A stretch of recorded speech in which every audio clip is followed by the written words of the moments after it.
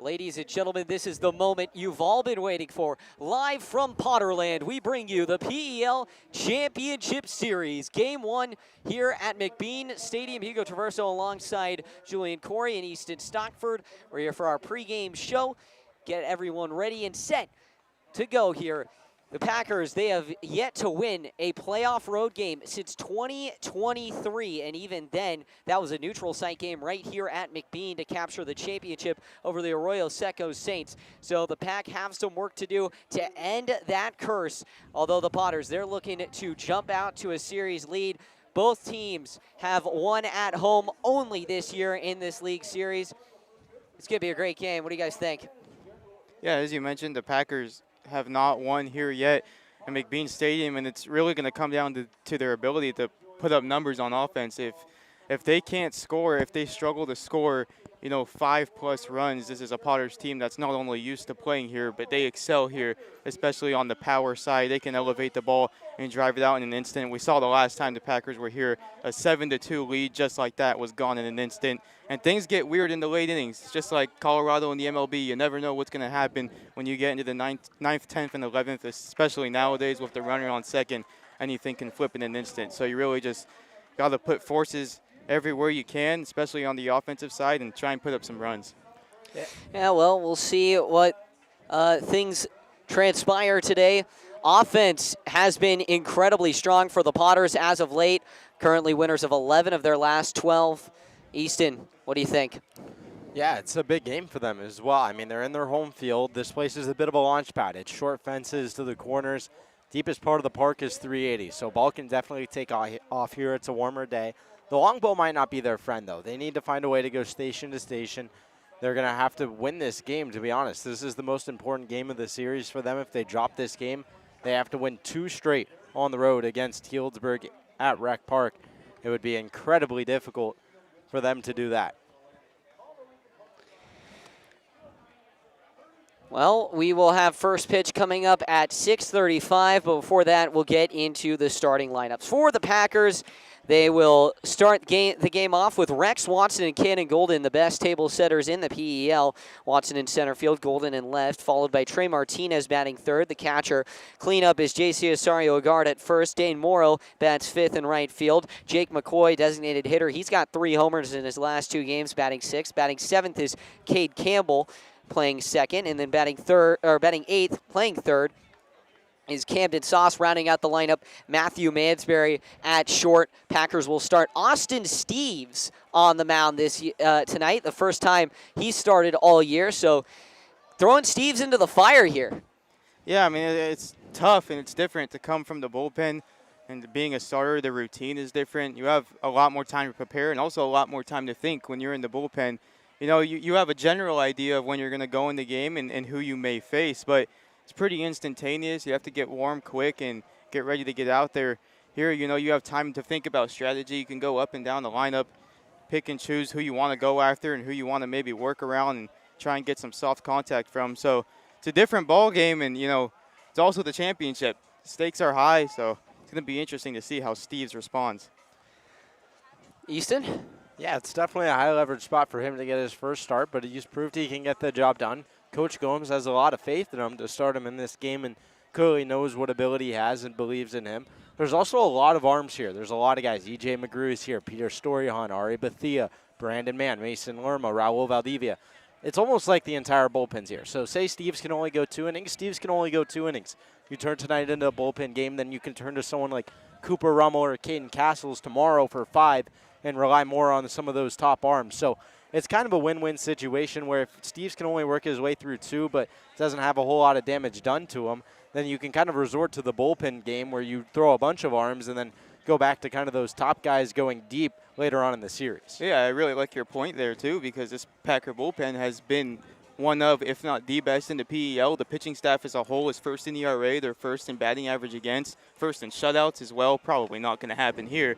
But they've been solid all year, and I really don't hate the idea of saving your leverage starters, trying to get them to go innings maybe in Game 2 and if Game 3 is necessary, and using up the bullpen here. Well, Steves never started a game this year at Stanford. Stanford, a team that utilized openers pretty much all year. Quentin Marsh was their Friday starter, a former Potter. He himself would only go about an inning or two before being pulled by Esker and the Cardinal staff. So we'll see what they do here with Steves. He could be just an opener for the Packers, or they could look for him to lengthen his start out. Started at Casa Grande his senior year. Very, very good pitcher. Haven't seen him go more than 3 innings, though, last year at Stanford. So we'll see what he can do. I'm excited to see him get the start. For the hometown Potters, they've got Ethan Groves leading off, playing second. Ian Guanzin bats second. He is playing third. Ty McGraw, power with McGraw. The first baseman bats third. Shane Miller, the shortstop, speedy. He's batting cleanup. Jackson Norton in right field batting fifth. Brady Dobson in left batting sixth. Kyle Pedersen, the catcher, bats seventh. Perrin Bland, the designated hitter with a lot of speed. He's batting eighth. And Mays Madsen rounds out the lineup out in center field. They've got Justin Santiago on the mound, and he struggled his last time at Recreation Park against the Packers just a week ago. Gave up 5 runs across 3 innings of work, and that's really been a struggle for these Potters is these road games. 2-8 on the road, so the series doesn't really play well to them, having only 1 home game. But what are you looking to see out of Santiago to get some swings and misses and really dice up the Packers, Julian? Yeah, I mean, as Easton mentioned, this is a really, really important game for the Potters. And, you know, if they can get any sort of quality start here Santiago, it would just be absolutely huge for them. I mean, the park plays different as well. You know, you mentioned the Potters have been struggling a bit on the road. You know, at Rec Park, you get a little more leverage in the gap. Some of those balls that maybe off the wall, if you're not super fast, that's a single, and it's a minimum a double here. And at Rec Park, that can turn into a triple if you misplace it, an inside the park home run. So it's a little bit of a different ball game. Have to try and keep the ball towards the middle of the field, get it towards those gaps in center field, and just hope the wind knocks it down. Yeah, Julian, and you look at his starts this year. He's gone 5 times. He's pitched in 5 games. He's 3-2 on the year. But you look at his 2 losses, one against Humboldt where they lose the game 3-2. He goes 5 innings, gives up 3 runs, and then against the Packers where he gives up 3 runs in 4 innings. Those are 2 games where he gives his team a chance. 3 runs isn't the worst case scenario. They're in both of those games. He's a guy who's going to give them a chance to win the game if the bats can get going. Yeah, I mean, 3 runs here will definitely get the job done for sure. And it just comes down to the bullpen. And I mean, the real story of this series is going to be depth. Championships are won on depth. You look in the MLB, it's getting hot at the right time and having deep benches. And it's going to come down to whether or not the pitching staffs can show up when they need to. There's going to be guys who haven't been called upon in big spots yet this year who are going to need to show up big time on both sides.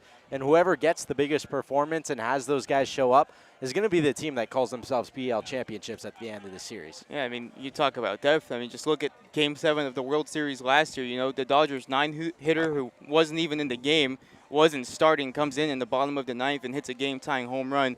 2 innings later, they go on to win the World Series. So I really like the point there. It's going to be a really important factor to see who can come off the bench and be an asset to their side.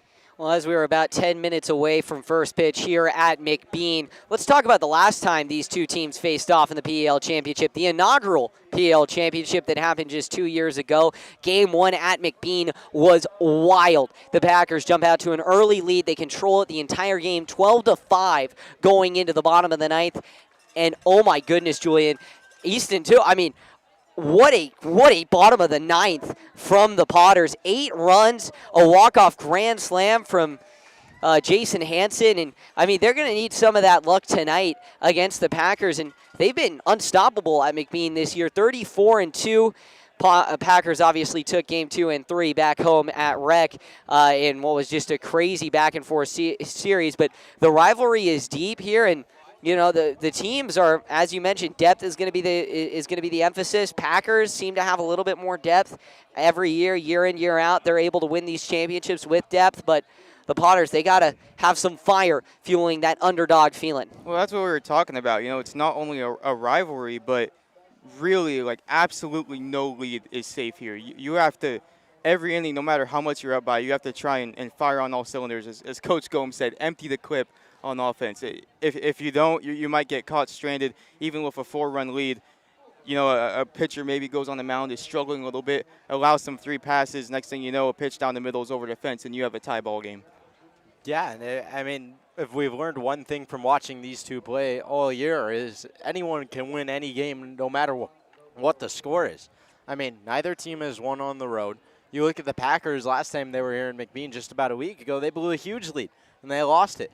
So it's really just you have to keep your foot on the floor until the end of these games. If the Potters want to win this series, they're going to have to steal one on the road. They're 2-8 on the road this year. They haven't won at Rec Park yet. Granted, the Packers haven't won here, but that home field advantage and winning that top seed in the PEL is a huge, huge win for the Packers in the sense that every single stadium you go to in this league is in a terrible, terrible environment to play in as a road team. It really speaks to how competitive the series has been for these two teams because, like you mentioned, it's really come down to home field advantage, and that's because it's come down to who's had the last ups. You know, the bottom of that 9th, 10th, 11th inning has really been a deciding factor. I mean, obviously here last week, you know, you go back into early July, you have Cade Campbell's walk-off in the bottom of, I believe it was the 11th inning. So it's really just it's been going on at about the whole pregame show, but it's gotta keep firing.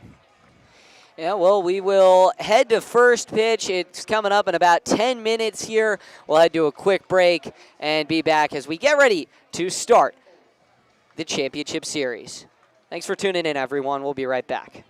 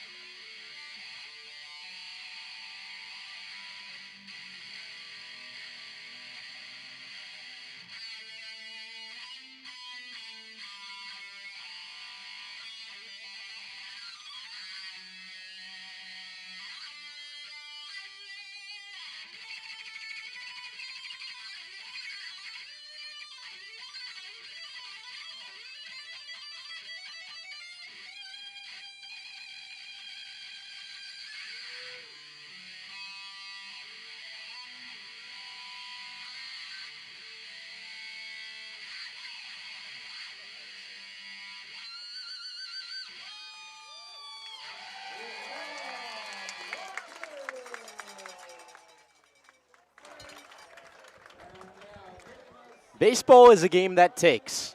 It takes you over. It takes your time, your body, your attention. And it takes everything to win a championship. These two teams are looking for a championship here tonight. It's game one of the PEL Championship live here from McBean Field. Easton Stockford, Julian Corey, and Julian. What a treat we have. Game one, some would argue the most important game, and these two are looking to give it all up for a championship. Healdsburg Prune Packers for the Lincoln Potters, a matchup that couldn't write a better script for us. Yeah, I mean, this is the game that sets the tone, and this is the game that every time you see it on the schedule, on the calendar, you circle it because you want to watch what's about to unfold here tonight. It's been competitive all season long. They've been going back and forth in McBean, in Rec Park. It's been phenomenal baseball all around, and you really can't beat a series like this. The inaugural PEL Championship Series in 2024 was held here between these two teams as well, and it was quite the thriller. Looking for a little bit more of that magic here tonight at McBean. Glad we can make the trip out. We are on a radio call tonight, folks, no camera, so there will be no feed. It'll just be radio call. We'll paint a picture for you guys and do all that fun stuff as well. But let's have a look at the starting lineups here. Looking at the Packers, who will be hitting first, which feels a little backwards for us considering we haven't done a road game this year. Rex Watson leading things off, playing center field. Cannon Golden follows him, playing left, making up that 1-2 punch. The catcher batting third is Trey Martinez. The cleanup spot, first baseman J.C. Osorio, a guard. Dane Morrow bats fifth, plays right field. Sixth is Jake McCoy, who's the designated. Packers wearing gray pants, black jerseys with maroon trim. The Potters wearing all navy orange trim.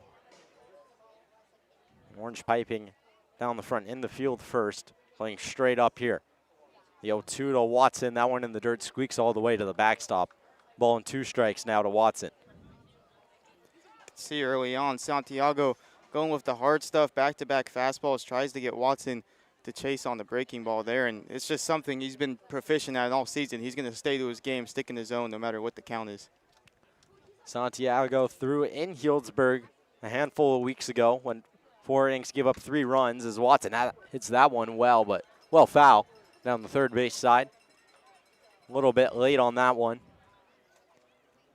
Looked like a half swing there from Watson. Got all the way past the bullpen. Just really goes to show how much the ball can fly here if you just elevate and get the barrel on it. Definitely a warm one today. Not a whole lot of wind. Still air. About 98 degrees outside. The 1-2. That one skied into left field. Dobson ranging back into his left at the track, and that one's down. Off the wall it goes. Watson will pull into second. It's a leadoff double in game one. Sun did a little magic there for Rex Watson. Took Dobson out a little bit there and left. Looked like he was struggling to see it. By the time he found it, it's just past his head, and that ball just kept on going. And wouldn't expect anything else from Rex Watson to start off the series. Batting .483 this year. That's his 7th double of the season. Really don't think you can ask for a better guy to lead off. You know, it's a championship, it's a tense game, and you have the biggest personality on the field who's always trying to have fun, setting the tone for you at the top. I will say, Julian, it's a turf field today, so turf all the way until the outfield and then normal grass. So no dirt for Rex Watson to draw smiley faces in. Yeah, it'd be interesting to see what he's doing in the turf there. A little imaginary art. Again, a righty-lefty here, this time to Cannon Golden. First pitch strike to him, 0-1.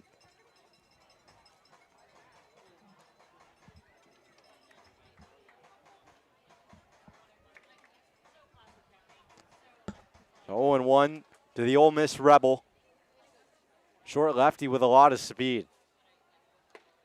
That one comes in right at the belt. Fanned on by Golden, 0-2.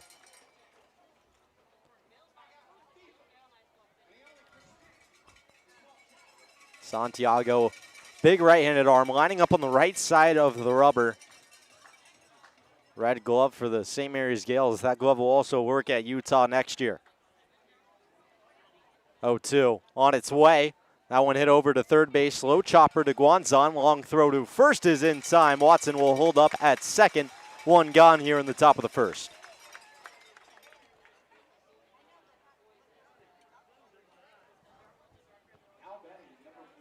So that will be Trey Martinez. Packers trying to take advantage of the leadoff double from Watson. Nice play there by Guanzon. Didn't have to move a whole lot from a slow chopper. And even with the speed of Golden, wasn't a close contest. Now the first righty Santiago will have to face. Righty-righty matchup for Trey Martinez. Catching in tonight's game. Open stance at address here. Santiago looks to second, now fires home. Breaking ball's outside, bounces out of the glove of Peterson. Watson thought about it, but scurries back to second. That breaking ball from Santiago looks to be a slider. A absurd amount of movement, 11 inches, just to give you a little bit of visual. Home plate is 17 inches itself, so it's breaking a little over half of the plate. A lot of lateral movement. Didn't move hardly at all horizontally to vertically. The 0-1 now to Martinez. That one a heater on the outside corner, catches the black 0-2. A good job from Santiago so far to find the zone early and often. Yeah, I mean, you get the slider with that much break, and he comes back at you 92 fastball on the outside part of the zone. It's going to be tough to read today. Mix and match very well. Talked about on the pregame show. Someone's going to have to show up big in this series out of the pitching staffs for either of these sides. The 0-2, that one a slider again. That one into the left-handed batter's box. Ball and 2 strikes now. Yeah, I mean, for the Potters, you really hope it's the pitching and the defense. We know they can swing it, but we've seen, a couple errors at times that have really cost them games in close moments, and that's just something you can't have when you're playing at this high of a level and a game with this high of stakes. Just feels like someone's going to have a heroic performance when you enter these championship series. That one a breaking ball in the dirt, gets away from Peterson. Watson didn't have a good read on it. He pulls up halfway to third, and back to second he goes, so he stays put yet again. 2-2 the count here, still 1 away.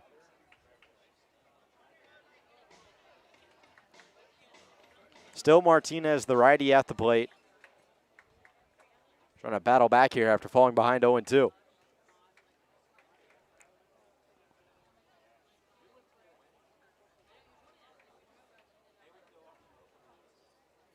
The 2-2, that one tap back up the middle. Groves moving to his right, jumping snag, throwing against his body. Martinez beats it out, he's safe. Infield single for the catcher, Trey Martinez. Watson moves up to third. Now runners on the corners for J.C. Osorio-Agard. Yeah, I mean, this is what we talked about on the pregame show as well. If you can just even get a feel of these runners on in front of Agard, we know what he's done all year. No matter what the count is, he's looking to do damage, and there's a pretty high percentage he's going to. That's kind of something you don't really see on the dirt and grass there from Martinez. Ball popped up pretty high and almost got by Groves at second as well. Good effort over there by Groves, nonetheless. J.C. Osorio-Agard, more RBIs in the regular season than anybody in this series.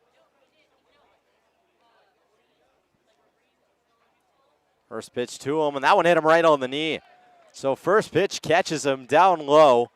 It was a changeup that got away from Santiago. That'll load up the bases now in a huge spot for Michigan's Dane Morrow. Yeah, I mean, tough there if you're a guard.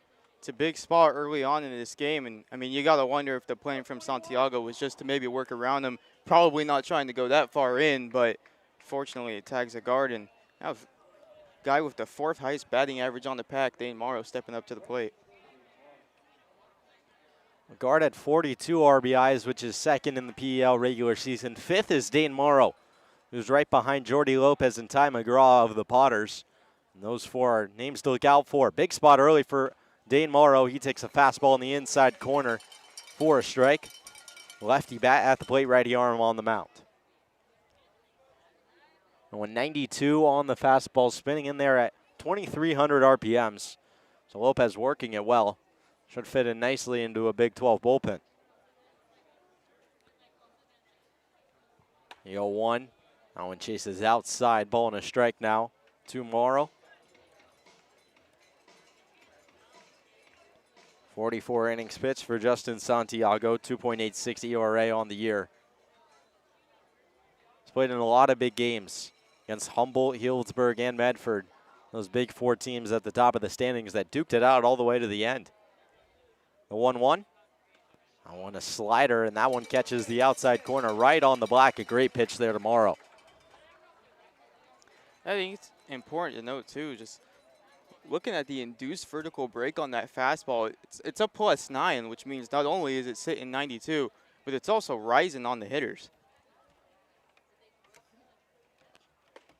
1-2, and that's cut on and missed. High inside fastball tomorrow. Gets him chasing. Now 2 gone. And Jake McCoy will try and avoid stranding 3 here in the top of the first inning. It's a perfect example there. It's just comparatively like a rise ball in softball. The ball just keeps going up on your hands. In baseball, arguably harder. It's starting right down the middle of the plate, and by the time you swing, it's over your head. McCoy took a small leave in the middle of the season of about a week. Came back and has arguably been hitting better than ever. The designated hitter in tonight's game. It's a righty-righty matchup for Santiago. Trying to strand 3. First pitch to McCoy. That one inside. Gets all the way back. On his way to the plate is Watson. The flip is not in time. Rex Watson opens the score in the PEL championship. That's what Rex Watson can do. That's why you lead him off at the top. If he gets on base, he's an aggressive player. He's a sponge, Coach Gomes called him, always soaking in information, trying to learn. And what that does, when you're constantly paying attention to pitcher, you pick up on rhythms, pick up on when the ball's in the dirt, and a great read there from third, easily scored. So Martinez goes from second to third. Osorio Agard goes from first to second. It looks like Justin Santiago's in some discomfort. Hopefully he's okay. That one didn't get all the way to the backstop, just squeaked right around the on-deck circle of where the Packers are down the third base side, but Watson has enough speed to get there. See if Santiago's able to keep going. Looked like he was pointing towards his belt area, maybe something to do with the hip, lower back. He's left a couple out into the right-handed batter's box in this inning. Just gave a thumbs up. Looks like he's good to go. Maybe he just tweaked something. And as a pitcher, that'd be the best case scenario. You don't want anything upper body, whether it's upper back or in the arm or shoulder. So hopefully something that doesn't limit his ability to throw strikes. Coach Gomes wants a charged time out there. He was arguing for, I think. Ump's not going to give it to him. This means a lot to him. I talked to him a little bit before the game, and the one message he really had was empty the clip. That's what he always says, but wants to give it everything every game. Play every game like it's the last and leave everything out there. The 1-0. That one a heater in there for a strike right at the belt of McCoy. So good job from Santiago to bounce back. Yeah, I mean, and we harped on the Potter struggles on the road, not only at Rec Park, but just 2-8 overall. The Packers can win this game. I mean, that increases their likelihood of sweeping the series by a lot. A 1-1. That one a slider that gets away. This time into the left-handed batter's box from Santiago to the righty McCoy. 2 balls and a strike now. A little jump after that one from Santiago. Ran towards the mound a little bit. Not very happy with his command right now. 2-1 to McCoy. He leaves that one, but that one catches the outside corner for a strike. Good breaking ball there. Just looped into that outside black. And now a 2-2 count.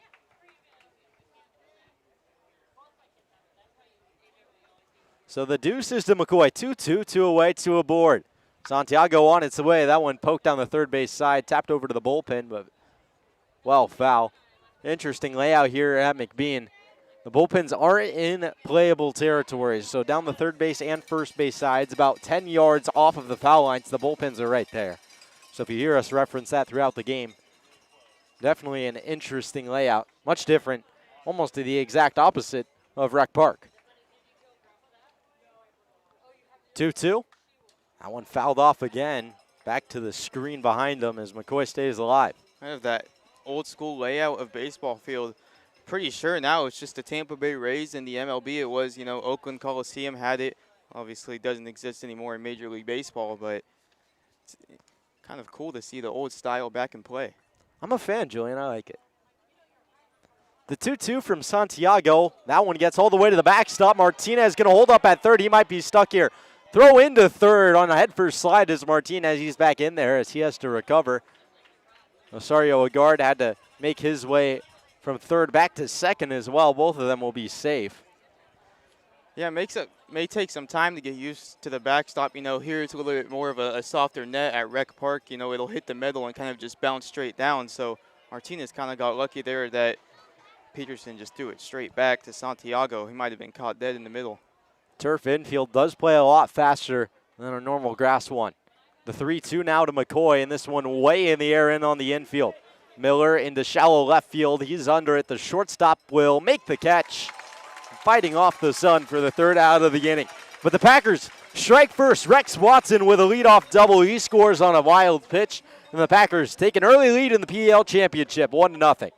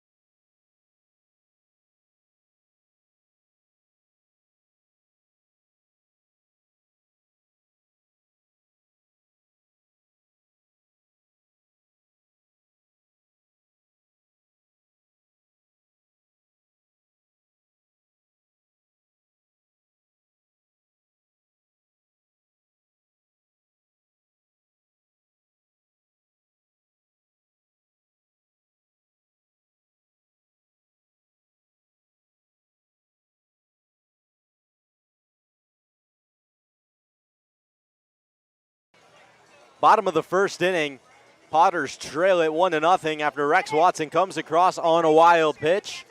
And Julian, let's have a look at the lineup for the Potters. Ethan Groves leading it off, playing second. Batting second is Ian Guanzon. Playing third in the 3 spot is Ty McGraw. Playing first, cleanup is Shane Miller, who's the shortstop. Batting fifth, Jackson Norton, the right fielder. The left fielder follows him, Brady Dobson. Batting seventh, Kyle Peterson, the catcher. The designated hitter, Parent Bland, eighth. And the ninth, Mace Matson in center field. Yeah, it's arguably the same for the Potters and the Packers. That 3-spot Ty McGraw is the power bat. In terms of the Packers defense, outfield from left to right, Kanan Golden, Rex Watson, and Dane Morrow. Left side of the infield, Camden Sauce and Matthew Mansberry. Rounding out the right side, Cade Campbell, J.C. Osario, a guard. In the squat, putting down the signs, Trey Martinez. Austin Steves, the southpaw, on the mound.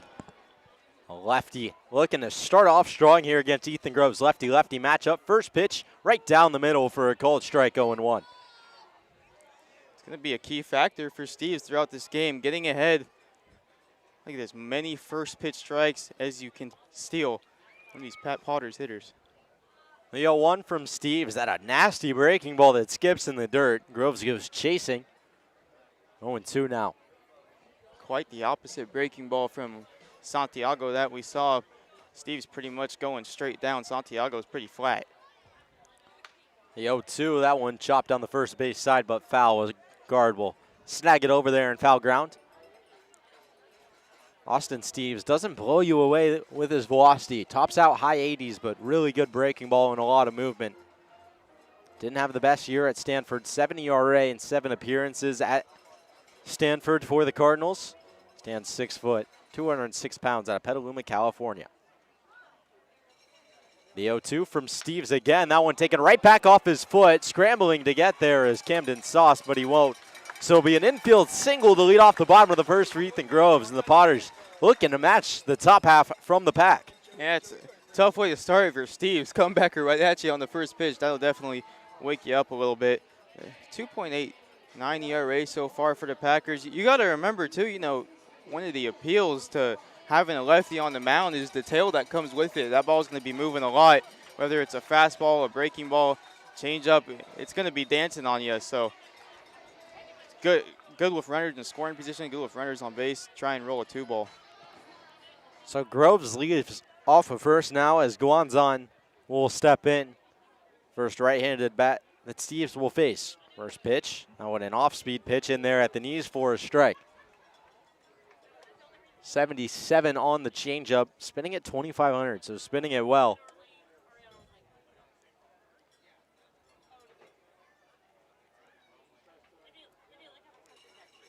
0-1 the count. Steve stares down Groves. Now comes home. That one in there for a strike as well, right at the top of the zone. And again, ahead 0-2, looking for a different result this time. Groves does have some speed. 11 stolen bases on the year. He's 11 for 12. Has a big lead over there off of first. Have to imagine he would be going on the first move of Steve's, even if he decides to pick off. Steves looks over at him, deals home. That one skips in the dirt. Try to get him to chase. Good block by Martinez. Ball and 2 strikes.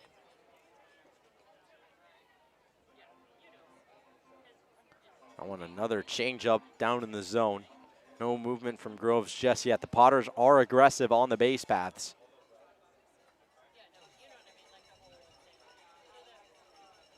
A 1-2. That one slashed well, foul. Over into the parking lot.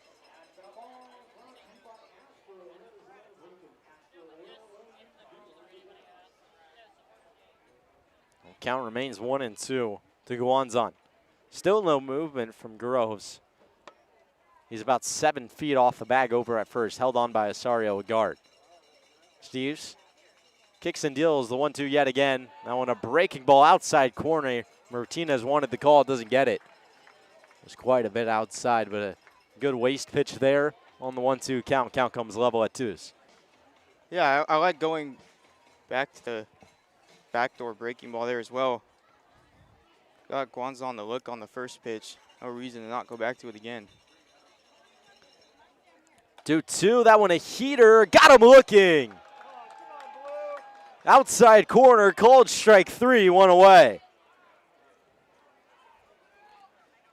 What Steves can do, you know, velocity may not be the highest we've seen so far on this Packers staff, but does a good job of making that fastball appear faster than it really may be.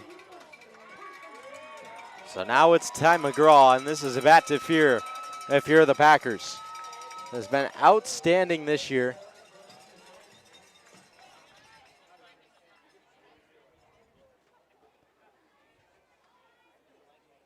.41 RBIs for him. Big swing and a miss at a first pitch breaking ball there from Steves, 0-1.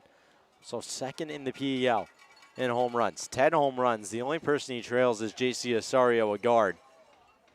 Certainly a power bat at the University of Troy, who made a run to Omaha. 1-0 to the lefty, and that one hit well. Right field, back on it is Morrow, and he will make the catch. A hard hit ball there from Ty McGraw as that one came scorching off the bat, but just right at Dane Morrow, 2 gone. I think scorching off the bat might be a bit of an understatement. 113 miles an hour. Oh my goodness, Julian. I think he hit it so hard that it may have topspun on him and kind of messed up the launch angle there a little bit. Yeah, I'm not going to lie. Off the bat, that one looked like it had a chance to leave, and it just dropped right into the glove. Might be one of those cases where it knuckled on him a little bit, and he hit it so perfectly that there was no spin. Yeah, that's a tough play out there for Morrow as well. I mean, that doesn't have a lot of time to react. Runner goes here. Martinez throw to second on the money, but not in time. In there is Groves as he steals the bag. First stolen base of the game for the Potters. They have a runner in scoring position with 2 out. Pitch was a ball, 1-0 the count. I mean, that's unbelievable. 113 miles an hour. It's stuff you don't see from the game's best players every day. It might be the hardest hit ball we've seen this year off of a TrackMan. 1-0, Steves deals. That one a slider, it catches the zone. Ball and a strike now.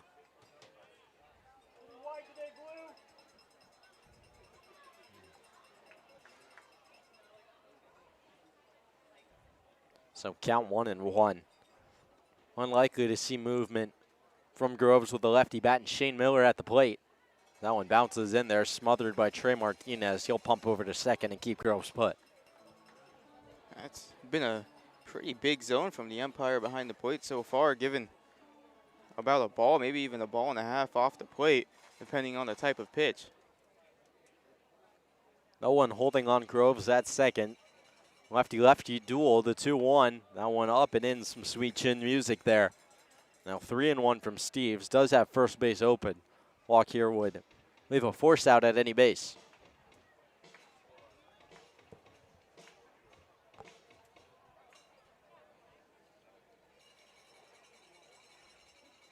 So 3-1 for Steves. Checks to second on his way. That one a slider again. That one misses. It'll be a free 90 for Shane Miller, putting runners on first and second as Jackson Norton will look to do damage here in the bottom half of the opening inning. Something you can't have if you're Austin Steves on the mound. Really, on either side, you got to try and limit as many 3 passes as possible. Not the worst walk in the world there. You have 2 out. Now you have a force out pretty much any bag except for home plate, but got to try your best to stay in the zone and make quality pitches. So now Jackson Norton, right fielder and a righty, looking to do damage, and some heated discussion from the umpire, yapping at someone in the Potters dugout very aggressively. We'll see what happens here. Not something you see often this early in the game. Issued a warning for sure. So someone over there in the Potters dugout has a warning here in the bottom of the first inning. Tell you what, the Potters crowd is behind the Potters dugout, not pulling for the umpire here, maybe stemming from the couple of missed calls early on. First pitch from Steves. That one, a strike, 0-1. And that one was a strike.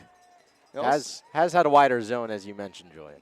Also could just be, trying to initiate some type of flair. It's a championship game. It's not only it's a rivalry series, just try and get the spark up a little bit. The 0-1, a breaking ball that misses downstairs. Ball and a strike now. Norton at the plate. Right-handed bat.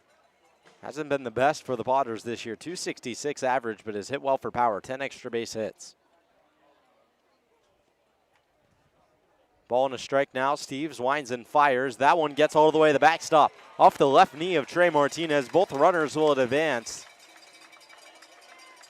Now second and third with 2 outs as compared to a force out in any base. Yeah, that's a tough break there. If you're Martinez, looked like a little bit of cross up in the pitches. I mean, that was a fastball. It was low, but it didn't bounce on the ground. It wasn't like he had to try and block it. Just kind of bounced off the leg guard, and maybe wasn't expecting that pitch to be there. Now 2-1 for Norton. 2 in scoring position. Big spot early. That one tapped foul back to the screen. Just a little bit over top of a fastball there. Norton, we saw a little bit of him at Rec Park. You could argue similarly to Jake McCoy. Maybe struggles with the breaking ball a little bit, will expand the zone, but if he gets a heater in his wheelhouse, it's going to go a long way. Both play the outfield as well and batting in similar spots in the lineup. The 2-2 is a heater that runs into the left-handed batter's box. Now a full count with 2 outs. Both really competitive, have an aggressive approach, trying to do damage all in any points. So count is full. Norton trying to win the battle here against Austin Steves. Trying to load up the bases. 3-2 payoff pitch. That one just outside. That'll be ball 4. So bases loaded now in a similar spot to the Packers found themselves in. Bases loaded, 2 outs for their 6-hole hitter, Brady Dobson. And not a bad pitch from Steves, but I mean, that's the position you put yourself in when you get into a 3-2 count. If he makes that pitch maybe a little early on in the count when he has a little bit of leverage, potentially gets a swing of Norton just trying to expand his zone and poke something into the outfield, probably ends up being an out. Now a more favorable lefty-lefty matchup for Steves, however, as Dobson, the left fielder, will step in. First pitch is a breaking ball that is outside. 1-0.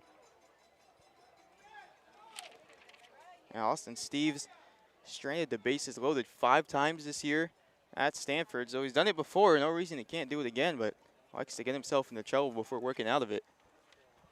The 1-0. That one loops in there. Another breaking ball. This time for a strike.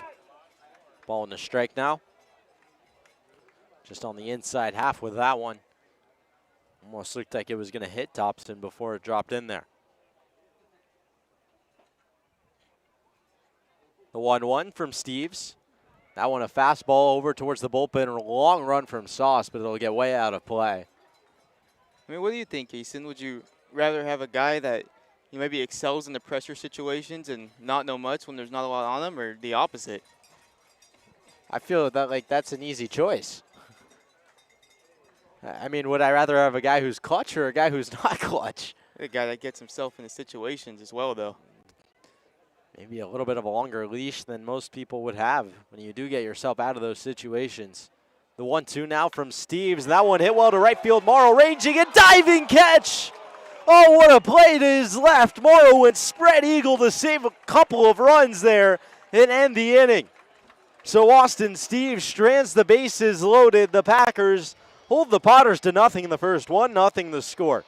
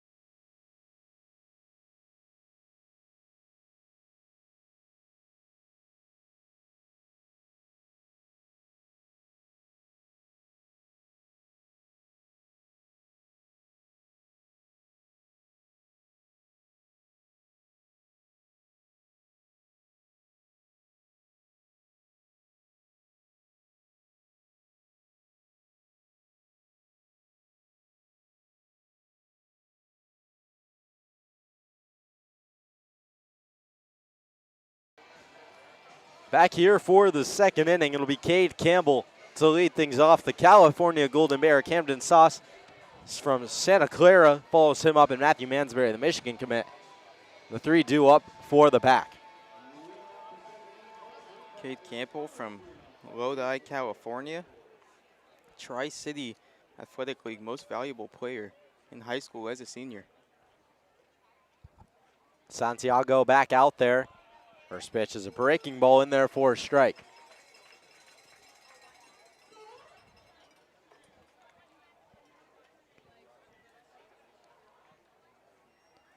Campbell, one of the best average guys on this team. The 0-1 fanned on as well. Quickly 0-2. And we're batting .320 on the year, 14 extra base hits. Has only struck out 15 times, drawing 28 walks. Has unbelievable plate discipline. But behind 0-2 here.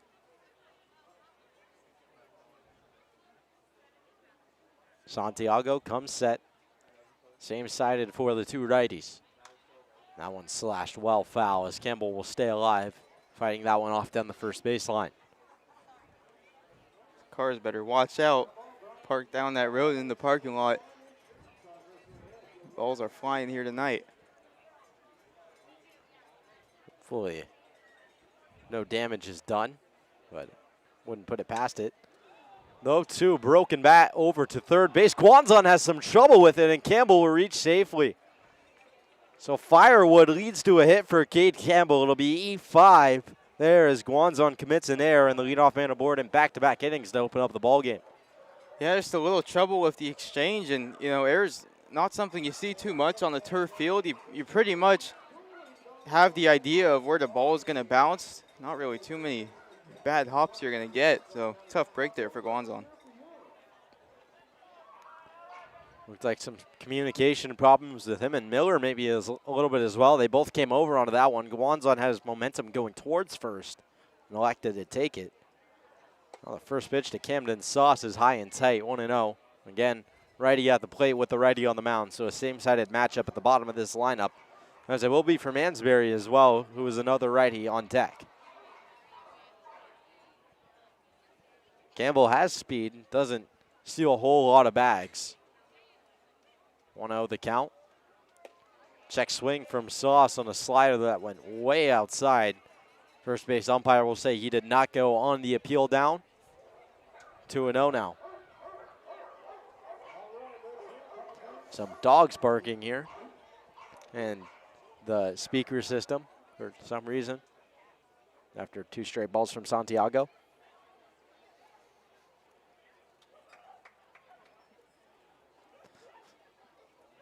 A 2-0 count to Sauce. The Santa Clara Bronco, one of the late additions to this team, has come in and been an everyday third baseman right off the hop. Takes that one upstairs 3-0. Another guy following Cade Campbell at the bottom of this lineup with really good plate discipline. Batting a tick under 300 on the year. Small sample size, only 27 at-bats. Has walked 6 times. 2 home runs for him. First one was not too long ago. A 3-0, get me over a fastball there from Santiago. 3-1 now to the Sauce. Yeah, 556 slugging percentage. One of the very few Packers sitting in the 500s, a couple in the 600s, but towards the upper echelon in sort of slugging percentage. 3-1 pitch. Sauce reaches out there and pokes that one foul. Good pitch there from Santiago in the low outside corner. Another breaking ball there, and that slider's working really well for him early on. Yeah, the Packer hitter's having a tough time reading it.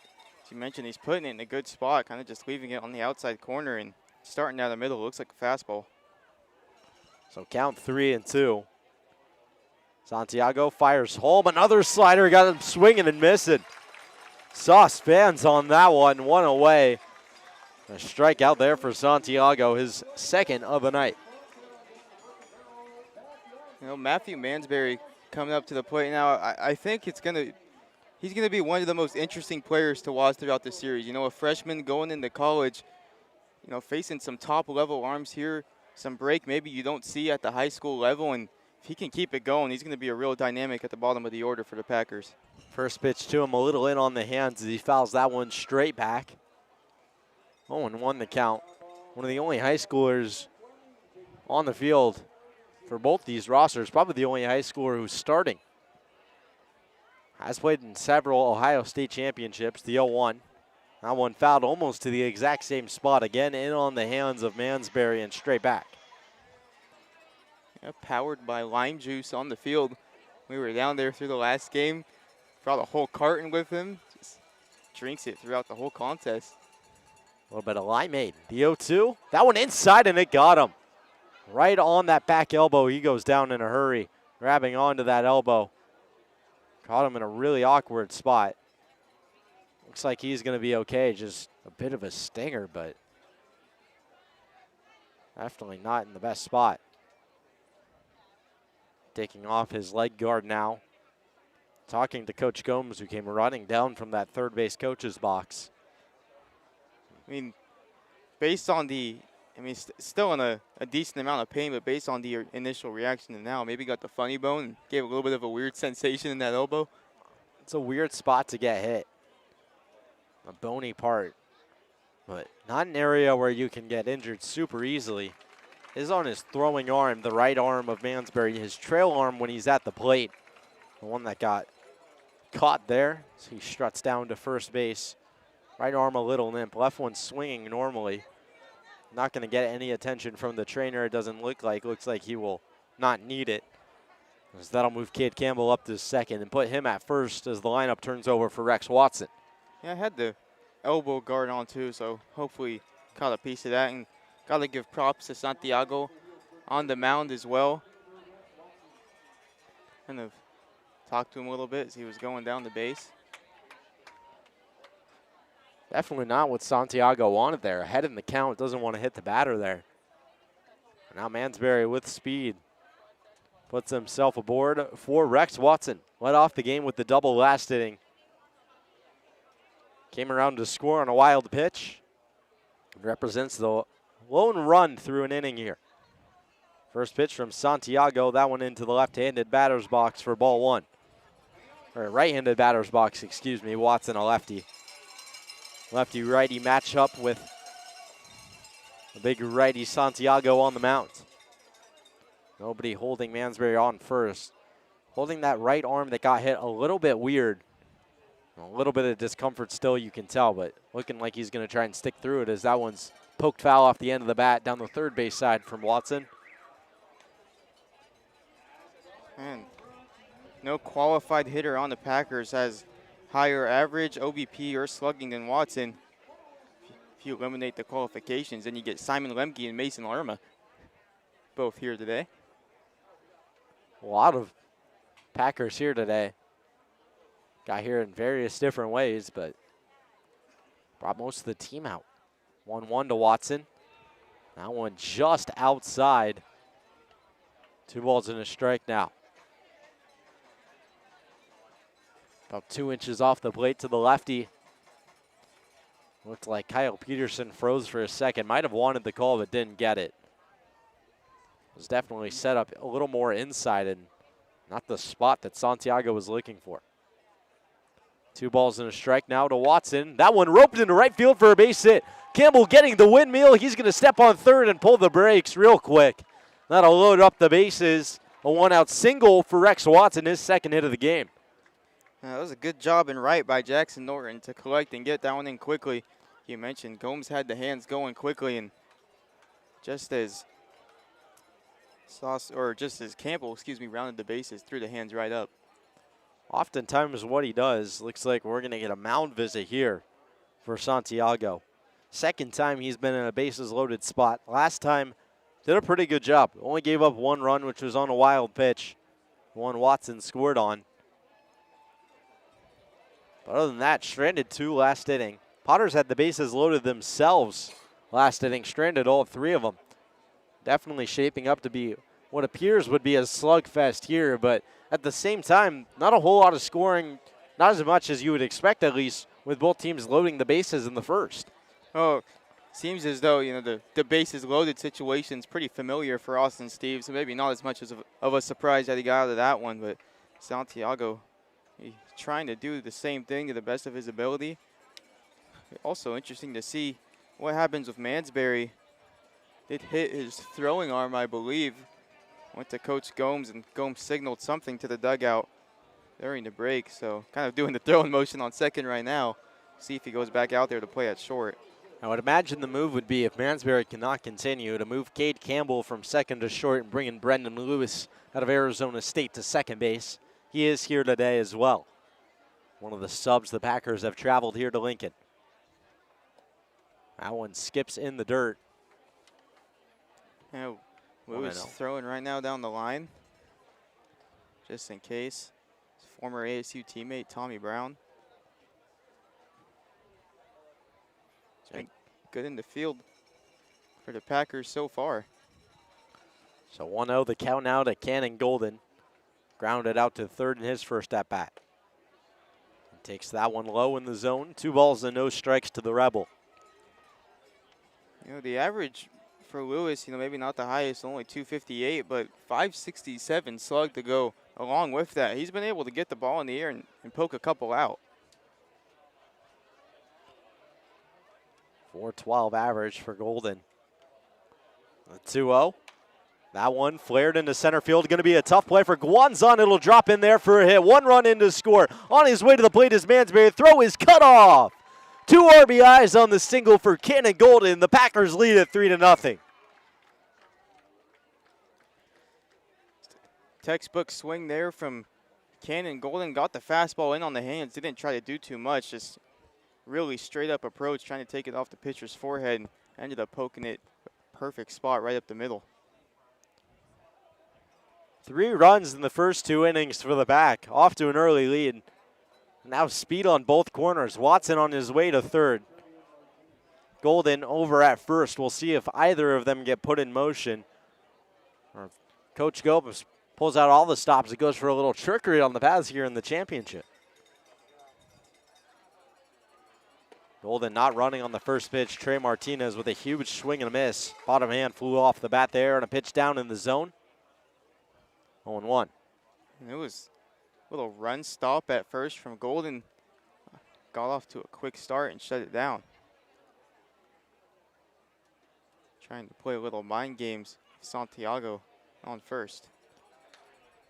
0-1. Sky down the right side, running over his Ty McGraw, but he just can't get there. That one a couple feet out of his reach into the bullpen. Did stay in play, though. Would have been a tough catch. Would have been a great catch if he could have gotten there. Now 0-2 to Trey Martinez. Scoreboard read 0-3 there for a second. It's not supposed to be possible. Be a strikeout. You'd be surprised with some of these umpires, Julian. You get some 0-3 counts. Yeah, you may have me there. So 0-2 to Martinez, the catcher. Santiago fires that one in the dirt. Ball and 2 strikes now. No movement from Golden over there at first just yet. Some aggressive secondaries, but not bidding for second. Martinez singled. An infield single, a tough play for Groves that he was unable to make back in the first. 1-2, Santiago fires. That one chopped over to the third, picked up by Guanzon on the second. Throw to first is not in time. So Martinez just beats it out. That'll scratch across another run as Watson comes in to score. It'll be an RBI fielder's choice. Grows the lead to 4 for the Pack. Yeah, that's a really big there from Martinez to hustle down the line, beating that out, brings an extra run in. Got to build on top of this lead as much as you can. A real nice job by Guanzon there to get the lead runner on a slow chopper over to him. Almost got the double play as well. Him and Groves moved quickly there. Yeah, good transitions all around the infield. So now J.C. Osorio guard steps in, fouls that one off. 0-1. Definitely a guy who has been heating up as of late. Last game at Rec Park against the Solano Mudcats had himself quite the night. 2 home runs, a 2-run shot, and a solo shot. Ended up going 3 for 3. The 0-1, that one inside, got off the umpire all the way to the backstop, easily moving up as Martinez as that one scoots all the way down the third base side of the Packer dugout. You know, we've seen what a guard can do in Healdsburg. 70, 80 degree weather, you know, it's a little more towards the ocean, with that Bay Area kind of quality of air that just knocks the ball down here. You know, we're sitting 90s, upper 90s. Eventually climb down to low 90s, but you got to imagine if he gets a hold of one, see it go pretty far. 1-1 the count. Again, the umpire addressing someone down the first base side. Maybe seeking a little bit of medical attention after taking that one off of the hands. That one got him clean as well. No swing from a guard. It looked like it almost got inside and got him. It was just out of the reach of Kyle Peterson. And it looks like we're going to have a brief stoppage in play. So we'll take a quick break here at McBean Park. 4-0 the score. Packers lead it here in the top of the second.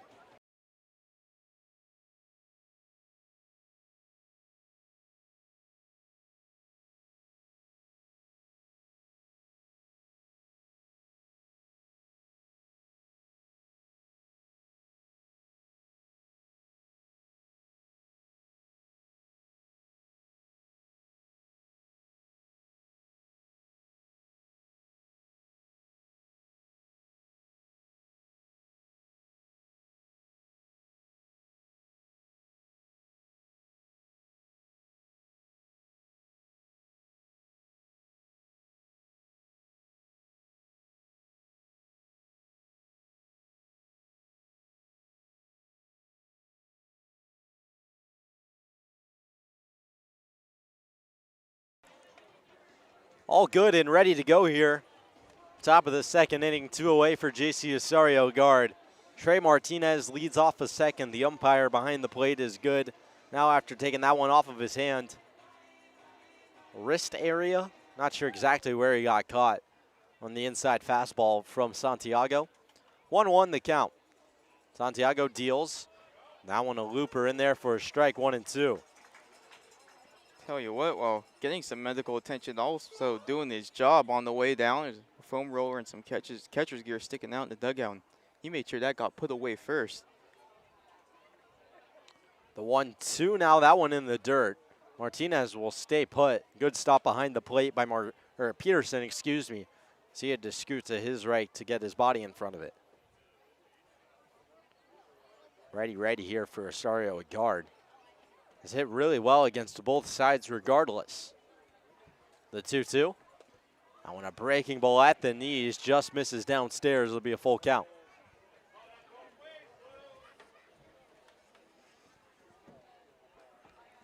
So full count, 2 away, 1 in scoring position, 3 already across in the inning for the Pack. The 3-2 is in the dirt. It'll be a walk for J.C. Osorio, a guard. So he's hit by a pitch and walked in his 2 plate appearances. And now first and second for the lefty bat of Dane Morrow. It's a really impressive take there from Osorio, a guard. The pitch before, he got the slider. He got the exact same pitch. That one held on the corner.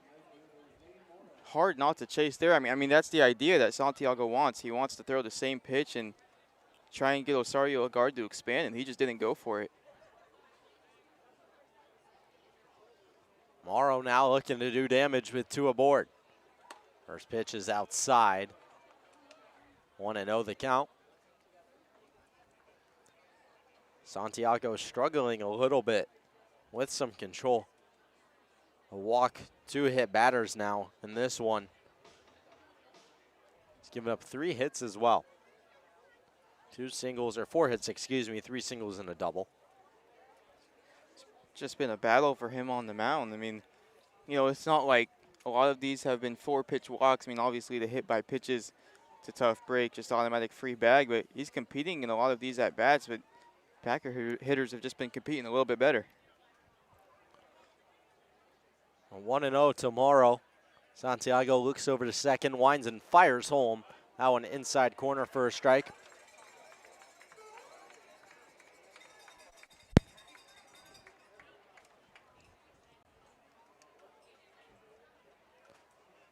So 1-1 to the Wolverine.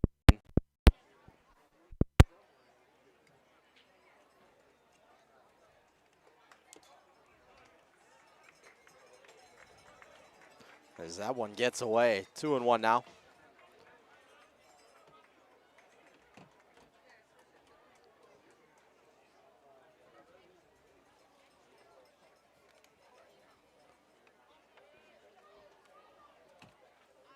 One, 2 count tomorrow. Fouled that last one off. Santiago deals home. That one's upstairs. Counts level 2-2.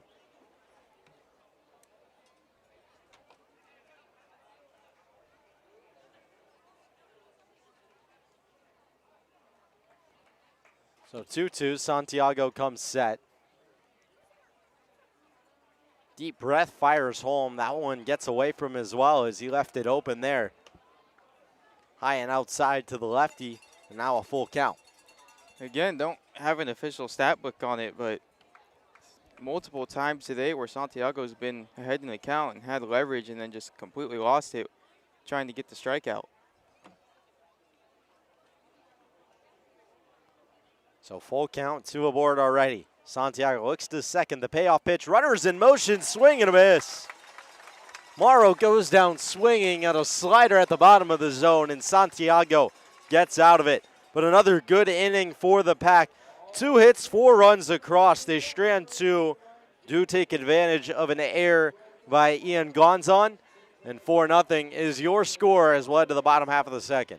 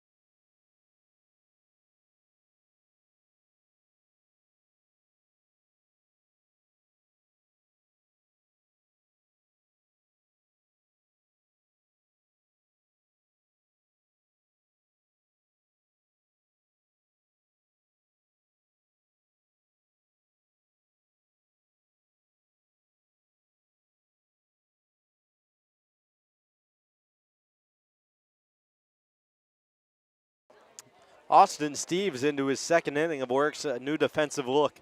Early on for the Packers, Matthew Mansbury exits the game with that right elbow injury. Cade Campbell will slide over to shortstop, and Arizona State's Brendan Lewis will slot in at second. Hopefully Mansbury's okay, but out of this one for the night. Yeah, it's a tough break if you're the Packers. Just talking about in that at-bat, how if he can keep it going, he might be one of the biggest factors for them throughout this series. Hope he's all right. Kyle Peterson leads things off for the Potters here in the second, trying to respond as they trail 4-0. Steve's first pitch misses upstairs, 1-0. The 1-0, that one popped foul out of play. Count level now 1-1. Now Brendan Lewis isn't exactly a backup by a lot of means. He's been very good this year and not a guy you would hate to have in. Another guy who could be just as impactful as Mansbury is that one's cut on and missed on the outside half by Peterson. 1-2. Yeah, and on the pregame show, I mean, you mentioned, the depth in this series is really what it's going to come down to. It's what it comes down to every championship series. So be interesting to see if that's how it plays out here for the Packers. That one popped foul again by Peterson as he went downstairs to go chase that one and is able to spoil it. Keep the at-bat alive here, 1-2. Southpaw Steves against right-handed bat. A breaking ball there just misses low and away.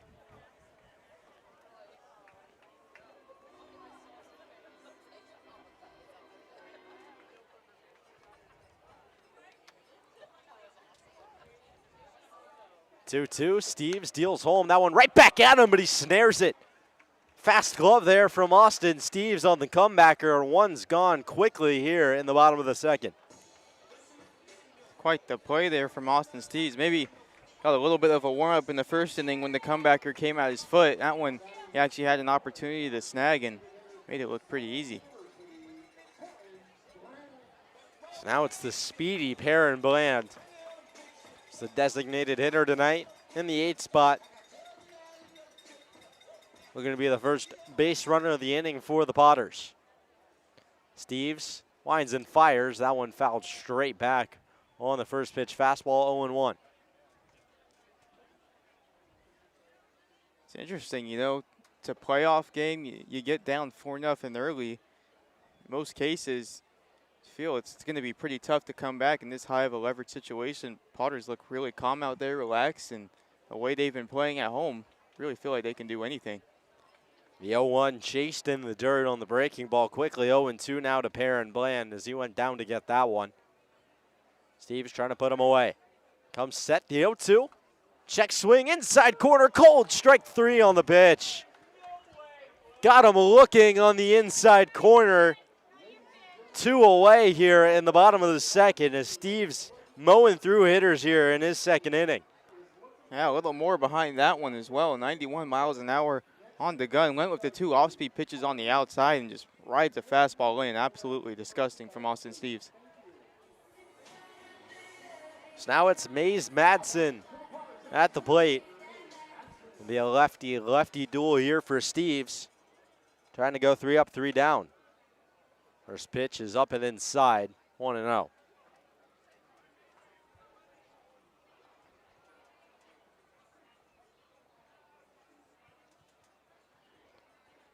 Now from Steves. That one misses just off the outside corner to the lefty. 2 balls, no strikes to Madsen, the 9-hole hitter.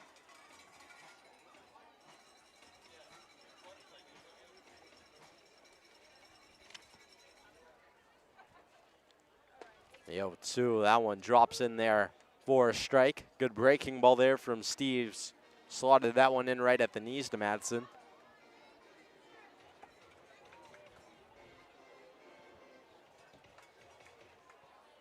2-1. That one hit sharply over to second. Diving effort from Lewis, but it squeaks past his glove into right field. Mara will pick it up and hit the cutoff man. But a 2-out single for Mays Madsen keeps the inning alive. Really good effort at second from Lewis. That's just kind of one of those things you get with a turf field. The ball's going to bounce and it's going to get out of the infield in a hurry. It feels like every time there's a substitution, someone new coming into the game, the ball always finds their way to them. certainly no different in that spot. That one, a tough play for the first ball Brendan Lewis has seen today.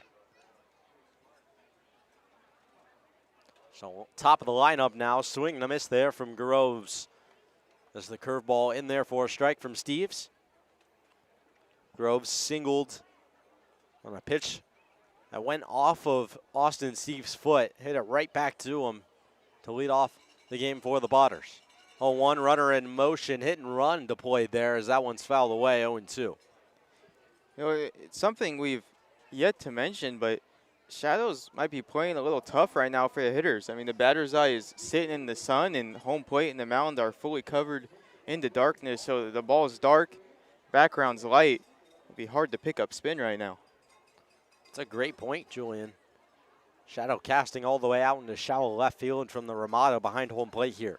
The 0-2 from Steve's got him swinging. Strands the runner on for a strikes out 2 in the inning, his third of the game, and holds the Potters scoreless through 2. 4-0 as we'll head to the third.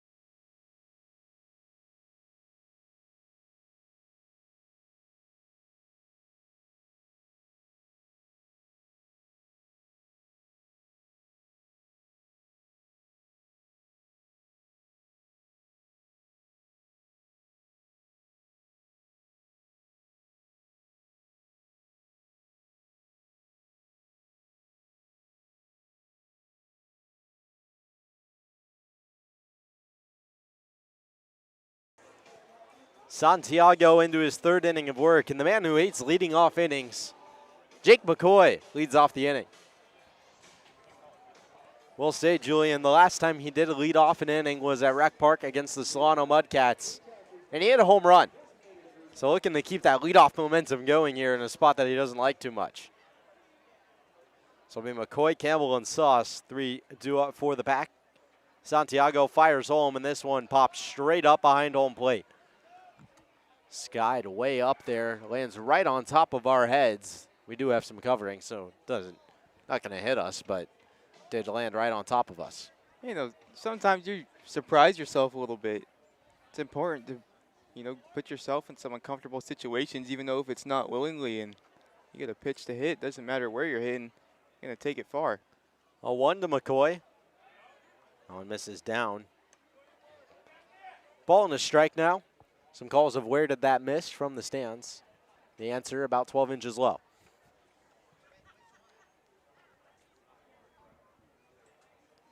One check swing from McCoy. They'll say he went around as that one gets all the way to the backstop. Good breaking pitch there with a lot of horizontal break from Santiago. So 1-2 now for McCoy. Sits third in PEL homers with 8.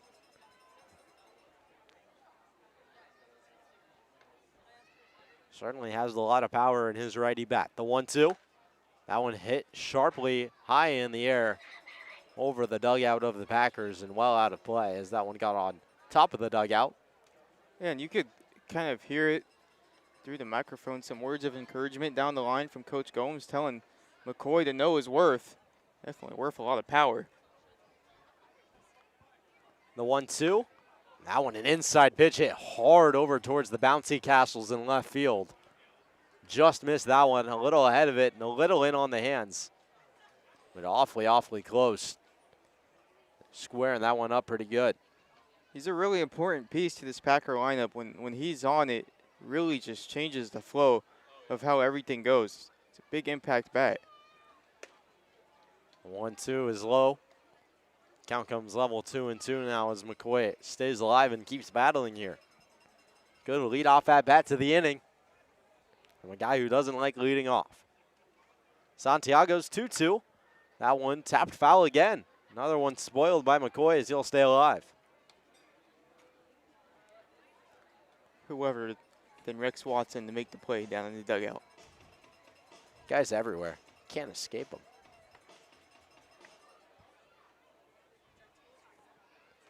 Count remains 2-2. Santiago comes set, trying to put away the leadoff man in McCoy. That one hit well left field, but well foul. And that one got into the bouncy castles out there. That one would have left the yard had it stayed fair. Hopefully all the little kids playing out there in the little patio that the Potters have out in left field have a couple bouncy castles set up. Cool little setup out there for the kids. I'll tell you what, McCoy's on that breaking ball right now. If he can just straighten it out, be really big for the Packers. Tally on another run. Hit those last two balls extremely hard. There's some movement in the bullpen for the Potters. Another 2-2 set due here. Santiago fires that one upstairs. McCoy will lay off. So now a full count. What an at bat here from Jake McCoy. Little stare down after that pitch. Hence of Luis Arias from the Giants just sticking in the at bat. Payoff pitch. That one tapped on the first base side and foul. How many pitches can Jake McCoy get in one at bat? We'll find it out right now. Trying to fill out the bingo card. Certainly a lot.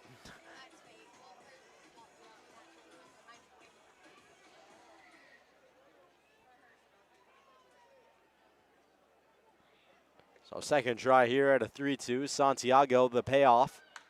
That one again fouled away. Down the first base side into the parking lot it goes. Couple bounces. Doesn't look like it got any cars too hard. Maybe it did, but a couple bounces got to help the cause of whoever's car it hit. Still no one out here. Long at bat from McCoy. He is fighting for his life. 3-2. Inside, got him swinging. Dropped behind the plate by Martinez. And that'll be the first out of the inning. And McCoy might have thought he walked there, or it might have hit him. We'll see what the ruling is, but he dropped his bat like he was gonna be heading over to first base. It'll be the first out as he goes down swinging. Yeah, not fully sure what happened there. I mean, even if you fully swing and the ball hits you, it's still a strike. Not completely sure what the argument was. Good leadoff at bat regardless. The arm's getting loose. Time is called by the umpire down the third baseline. Daniel Acedo, one of the arms. The other one, Alex Krosno. Acedo with 4.2 innings pitch has a 0 ERA still. The first pitch to Cade Campbell catches the outside corner for a strike. Krosno, 13 innings pitched, 0.7 ERA. So both really good arms to have out of the bullpen. We'll see when they're deployed. The 0-1 to Campbell. Bounces on home plate on the breaking ball. 1-1 now. Yeah, especially pitching in the place where the ball is just constantly soaring through the air. It's pretty impressive numbers. 1-1 to the righty, Cade Campbell. Santiago comes set. That one popped straight up into foul ground on the first base side. Slicing foul. It will get out of play. Didn't get much further than what would have been the pitcher's mound if it did stay in play. As now the count is a ball and 2 strikes to Campbell. Yeah, a lot of these foul balls not getting hit too far back, and you kind of got to be careful if you're in the first row behind home plate. It's a little exposed from the tarp roof setup that we have over us. Ball can still come down there. 1-2 from the righty. Santiago got him swinging and missing. Fastball above the zone, puts down Campbell. 2 gone here in the top of the third.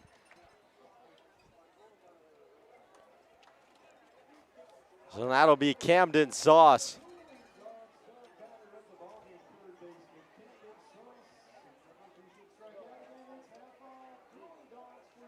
Back-to-back strikeouts for Santiago, looking to put down the Packers in orders. Brendan Lewis will be set to take his first at-bat if Sauce reaches.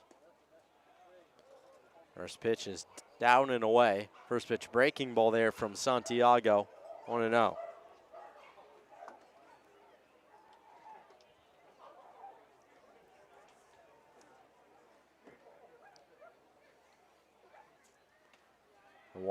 In there for a strike to Sauce. Oh, Santiago not only throwing it in the low 90s, but also a tall unit on the mound, hitting 6 inches of extra release point, so pretty much throwing from 53 feet. The 1-1. On a slider in there for a strike as well. Sauce falls behind 1-2. As Justin Santiago looking to strike out the side. Trying to hold the Packers scoreless for the first time this game. 1-2 is way foul. Again, first base side. Into the parking lot it goes.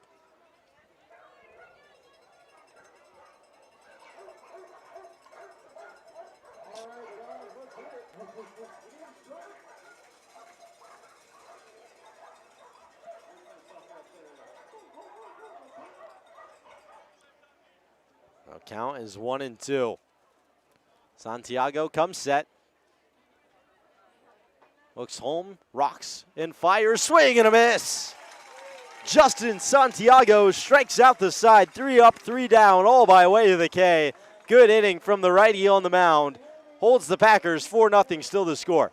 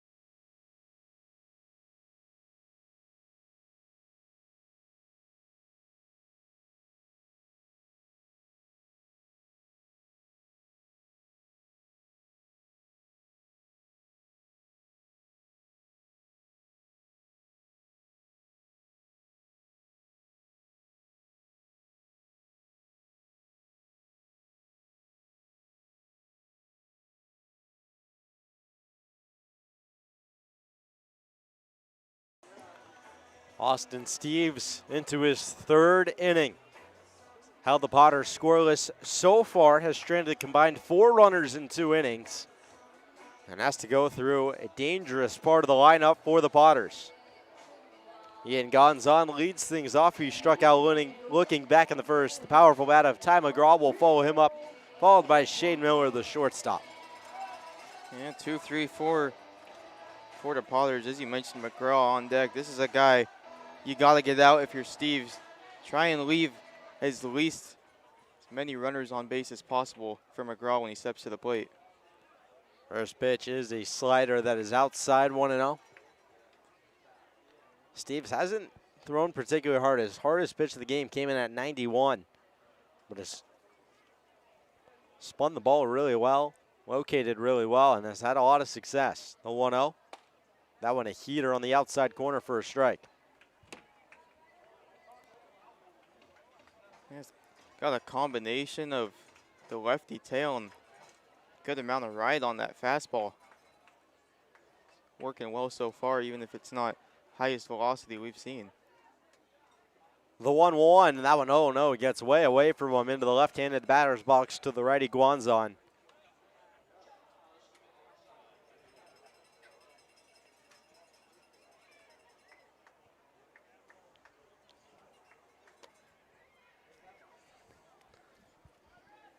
Two one the count now for the Cardinal. Guanzon 0 for 1 today.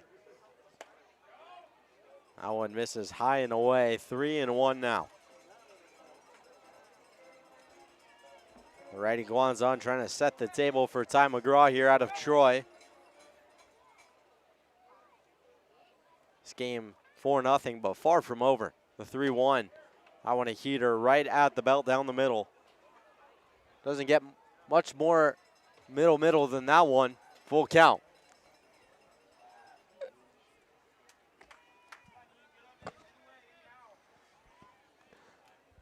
So 3-2 now to Guanzon. Steves set.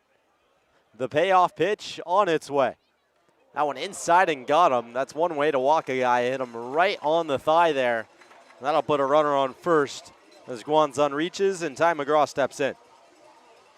Yeah, I'm sure Guanzon would have liked to reach base without the pain factor, considering he's a 3-ball count. I mean, if you're Steves, that's brutal. You make a really good pitch, the top of the zone, and a 3-1 count, get yourself back in it, and that one just goes a little too far inside. You know, my hockey coaches always told me that if I was going to get my shots blocked, to at least make it hurt. And I feel like that's a similar philosophy there. If you're going to walk a guy, at least make it hurt.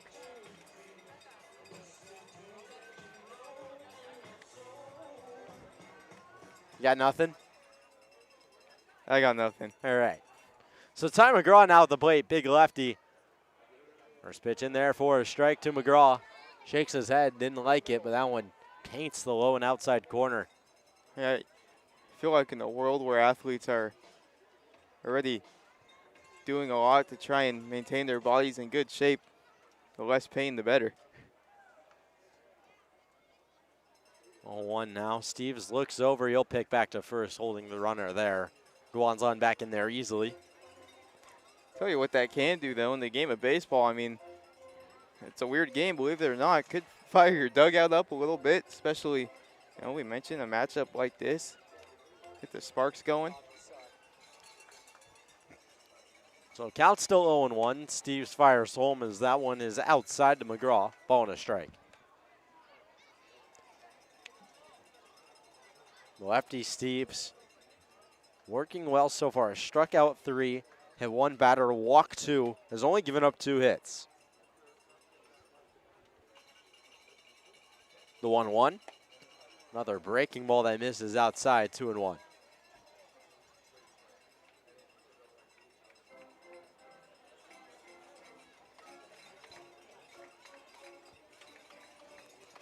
Well, 2 balls and a strike now to McGraw. Went to Omaha with Troy this last year. A lot of power in his bat. Second in the PL with home run. Steves picks back over to first again. Guanzon in there standing up. Count remains 2-1.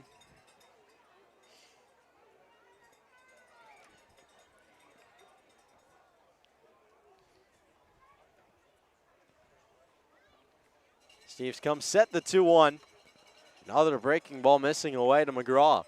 It almost looks like he's trying to not pitch to him as the count is now 3-1.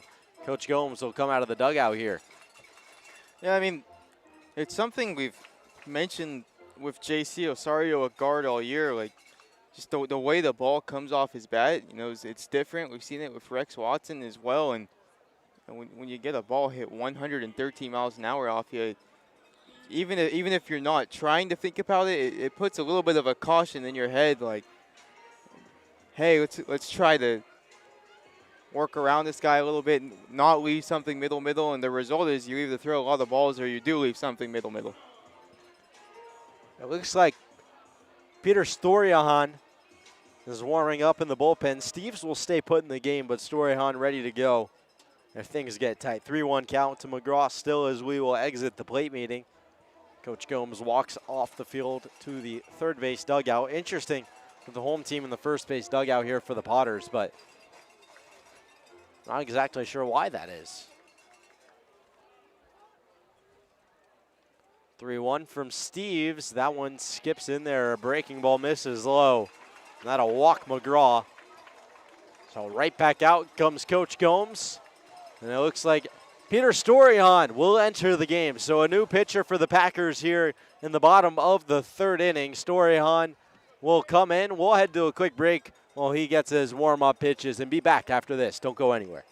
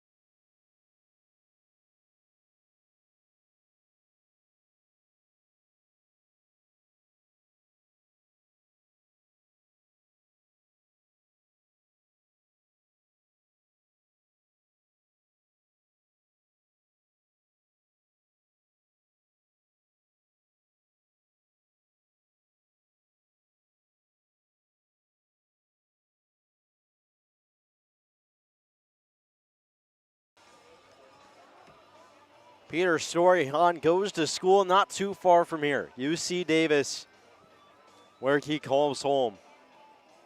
And trying to make some magic happen here with 2 on, nobody out. Very close to his homeland. Him and Mason Lerma, the 2 Packers that pitch out of Davis. He'll face Shane Miller, the shortstop. First pitch from Storiahan misses outside, 1-0. Yeah, 1.69 ERA so far for the Packers. 1-0 on the season, 9 appearances. So 1-0 the count with 2 aboard. Storiahan fires home. That one shot the other way. That'll drop in for a base hit. Golden will fire home. Runner will hold up at third. Cut off by Sauce. And I'll load the bases with nobody out. And here comes Jackson Norton. Tough spot if you're Cannon Golden in the outfield. I mean, a ball that's in between, and not only that, the ball that if it gets past you, at least 2 runs are scoring. So it's kind of a trade-off, at least to give Storiahan a chance here with the bases loaded to try and limit the damage by keeping that one in front. I think that was the right play there by Golden to try and prevent a guaranteed run from coming across. Did a good job to get it in quickly. Bases loaded now. First pitch from Storiahan, breaking ball in there for a strike. That one catches the outside half. Not only that, but you have a power bat at the plate, but you also have a guy that strikes out a lot. So if you get a strikeout here and then a ball on the ground, you're out of the inning. Jackson Norton, the righty, facing off against the righty Storyhan. That one hit sharply over to Campbell, flipped on to Lewis. Throw to first is in time. A double play for the Packers, and a good job from Storyhan to get a ground ball. 1 run will come across for the Potters. Their first of the game will be an earned run against Austin Steves, but 2 gone now in the inning. I mean, even though the run scores there, it's got to feel a little twin killing for the Potters. I mean, finally get the bases loaded and then double play just like that. You get a run, but it wipes the wind right out of you. So now a lone runner on third after having the bases loaded there. It'll be an RBI grounded into double play that goes 6-4-3. First pitch strike there on the outside corner from Storyhan as Brady Dobson looks to drive in the man 90 feet away.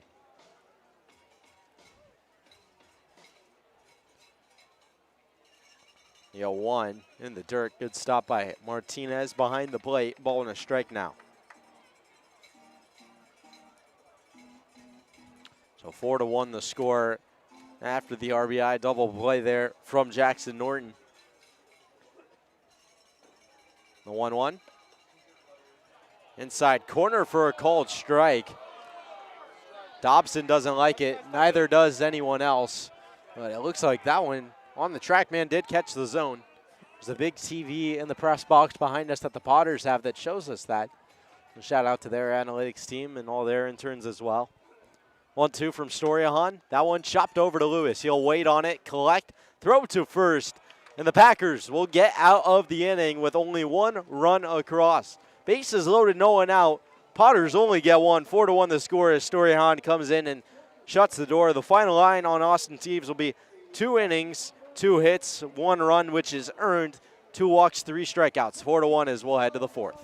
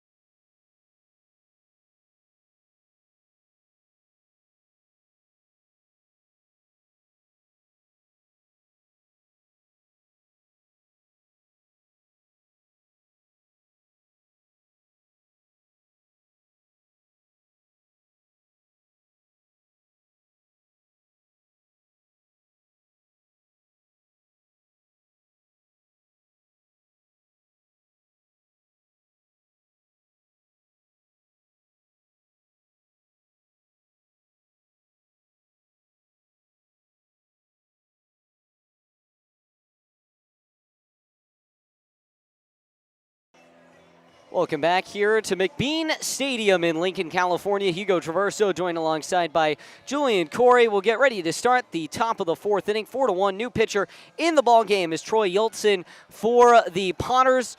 Coming into the game after a pretty solid regular season, 2.45 ERA across 10 appearances, 11 innings pitched. He's got 6 strikeouts, 5 walks. His first batter is Brendan Lewis. The pitch on the way. Fastball is swung on and driven. Deep left field. Back on it. Going. Gone! How do you do? Brendan Lewis silences Lincoln, and the Pack are back up by 4.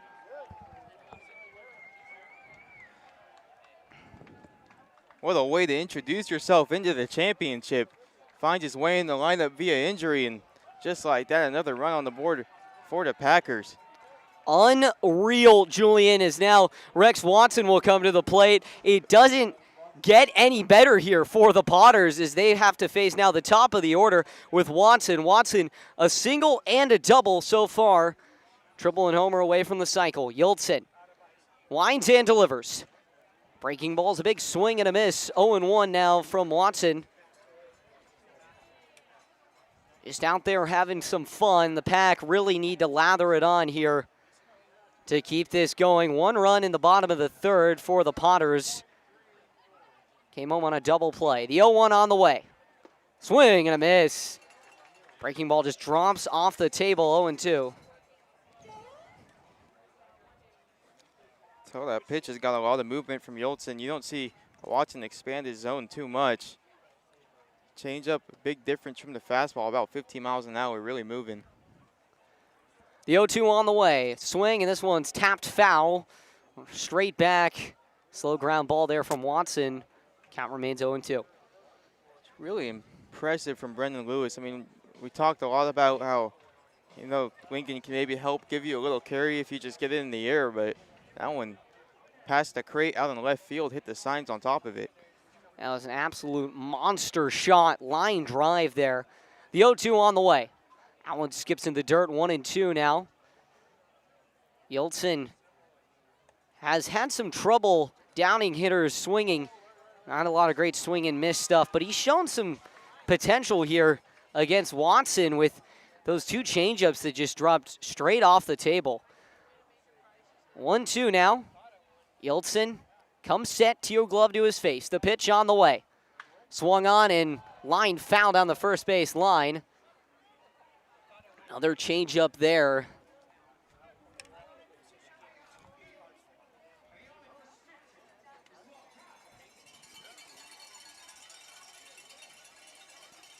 Well, the cowbells ring in here in Lincoln. An echo of their fandom. 10 years here at McBean. The 1-2. Yiltsin delivers. Fastball swung on and just barely slashed foul straight back.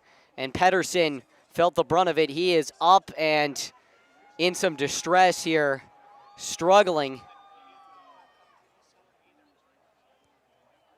Hockey mask is off as he is hands on knees. Struggling here. That one caught him and his bell is rung.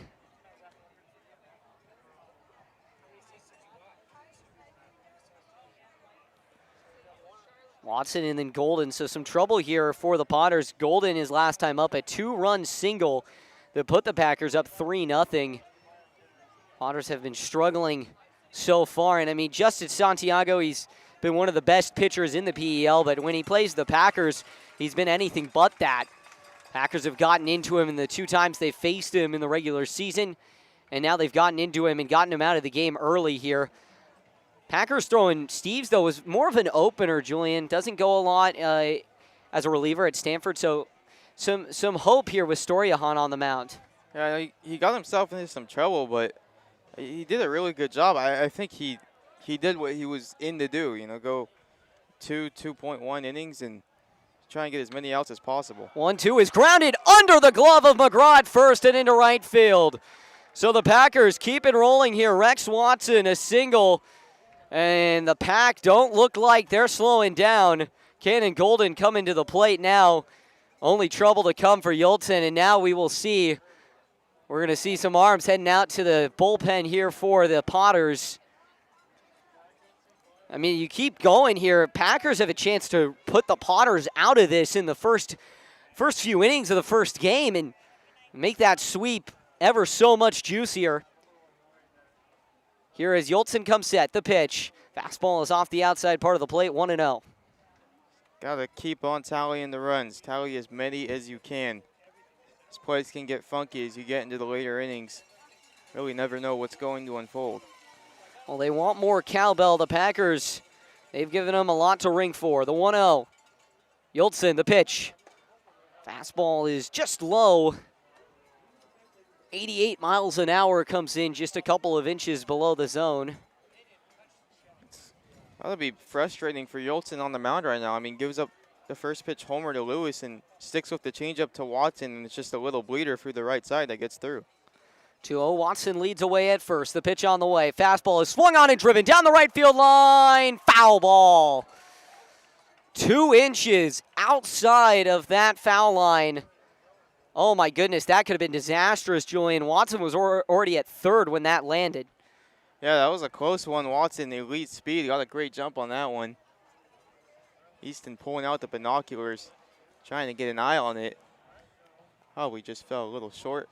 Would assume the umpire on first probably has the best view. Well, now a 2-1 count as Golden stands back in. Check over to first. Watson back in safely. Maybe Yoltsin thought it was a little abnormal how fast Watson was rounding second, picks over straight away there.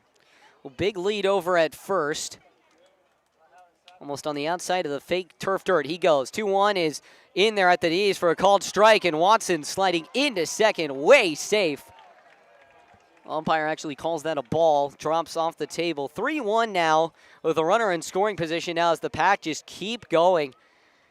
Joey Gomes, he's definitely got some of that PTSD with the past few matchups he's had with the Potters. He does not want to let up here.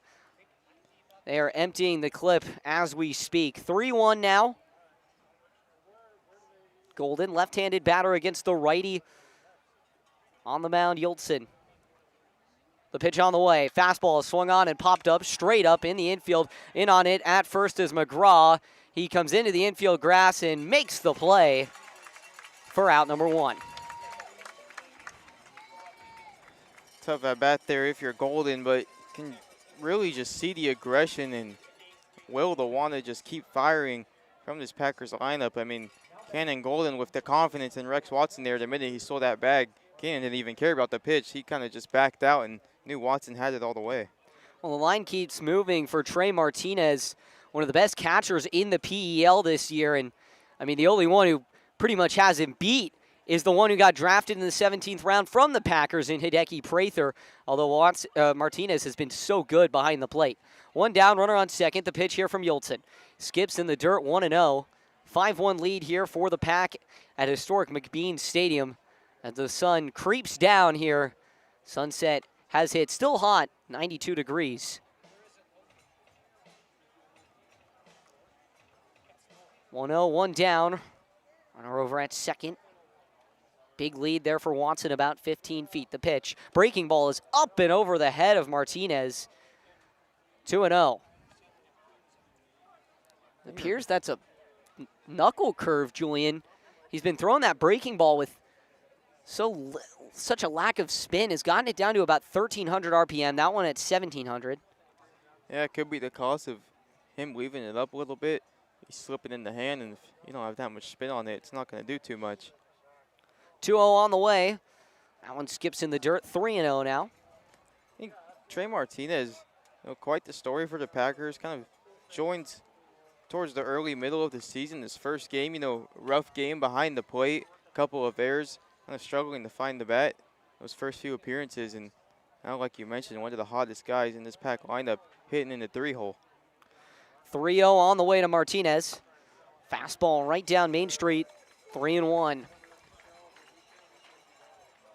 I will say, Martinez, maybe it was just a change of scenery needed. He really heated up in that Medford series. Hit a home run in the series opener. Hit another one in the Sunday game of that series. Just really on a roll here. 3-1 on the way. Breaking ball is swung on and popped up. Infield grass over on it, and making the catch there is Shane Miller. 2 down. It's a really good job by Troy Yoltsin right now. I mean, gives up the homer. Watson gets the single, and then 2 bat slams straight away from the Packers. Pop-ups in the infield with a runner in scoring position. It's a tough break. Yeah, it appears that breaking ball has just been so good for him in getting that weak contact, and now the cowbells will echo here at McBean. Great acoustics at such a historic stadium. 2 down, runner on second, 5-1 lead. The pitch to JC Osario-Guard. It's a big swing and a miss. Goes after that hard breaking ball.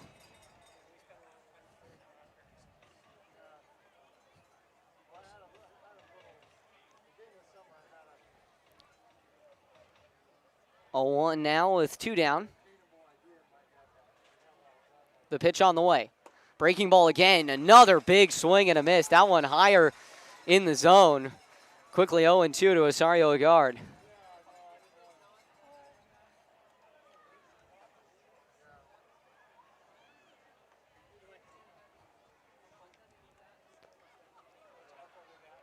Oh, 2 down. The pitch on the way. That one skips in the dirt. 1-2.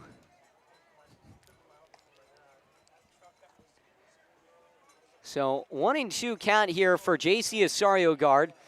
2 homers in the series finale for the Packers against the Solano Mudcats. Put him at 12, matching his total from last year. The 1-2 with 2 down. That one swung on and grounded foul. Straight back. Count stays at 1-2.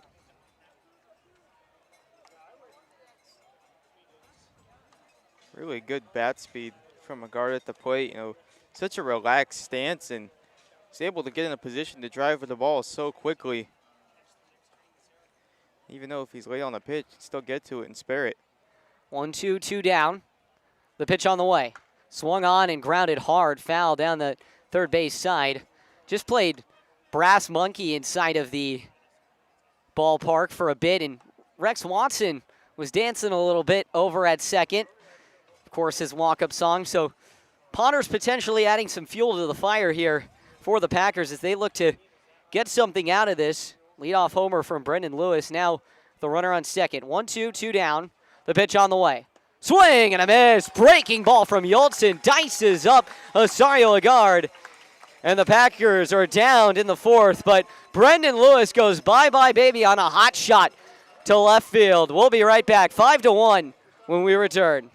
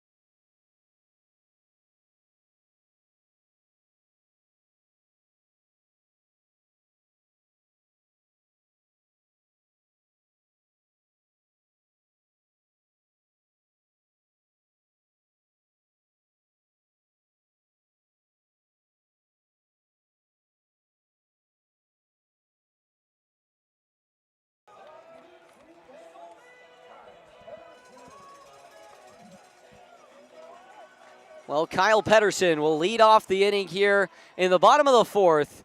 A little time for some love here as he grounds the first pitch. Too short, fielded from deep short from Campbell. Throw to first is just over the head of Osario Agard, who has to get off the bag to make the play. And so an infield single leadoff there for Kyle Pedersen. Yeah, tough reach there for Agard. Kind of showing a little reaction, hand to the mouth. Kind of couldn't believe the call, but looked like he may have got in there. Nice job from Campbell just to get the ball over. I mean, that's not a position you expect to sail the ball from. A little bit of a Jeter throw, and really showed off the arm. Well, Perrin Bland now into the ball game. The pitch. Fastball is swung on and hit in the right field gap. Going back on it and making the catch is Dane Morrow. So one down here. And more importantly, one pitch, one out for Storyhan. Efficiency. Love to see it. Yeah, but I think he's kicking himself over Pedersen. He's talking to him from the mound. Their teammates definitely have thrown and caught in the bullpen together over at UC Davis. Pedersen, all-time walk-up song, You're Loved by the Outfield. And he shows some love to the Potters fans with a leadoff base hit. Now with one down, here's the pitch to McKay Madsen. Mays Madsen, rather. 1-0 as that one is outside. Thinking a little bit of the old Boise State starting quarterback. Bit of a similar build, similar look. 1-0. Storiahan, the pitch on the way. Fastball is upstairs, 2-0. Getting up to 90 there with that fastball. Great pitch mix. Yeah, a lot of reach on the mound as well. Hits the ball there a lot quicker than it appears. 2-0, one down. The pitch on the way. That one is in there at the knees. Called strike one, 2-1. Just paint there with the fastball.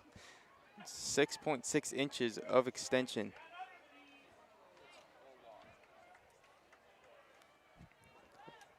Two, one down. Runner on first. The pitch on the way. Breaking ball is swung on and driven right to Osorio Lagarde, who makes the catch and taps on first for the single-handed double play. And the Pack get out of the inning. So no breaks here for the Potters as a line drive turns in to a double play. What a play from J.C. Osorio Lagarde. Makes up for a swing and miss strikeout. Pack lead at 5-1. We head to the fifth.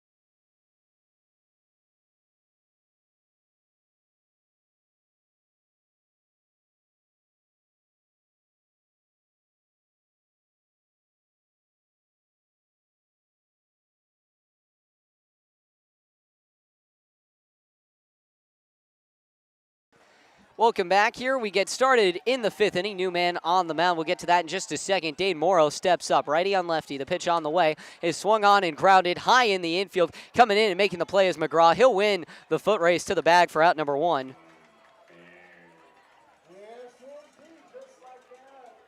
So one pitch, one out for the man. Coming into the game, Joey Guarienti. As an Italian, I should be ashamed of myself. It's quite the tongue I'm getting tripped up myself. It's quite the tongue twister. Yeah, so Guariente into the ball game in relief of Troy Yeltsin. It's contagious. It is contagious. Guariente only 6 innings this year, but no earned runs. The pitch on the way to McCoy is swung on and fouled straight back into the screen. Ricochets off the track man. Luckily, some coverage there. Got some padding on the track man.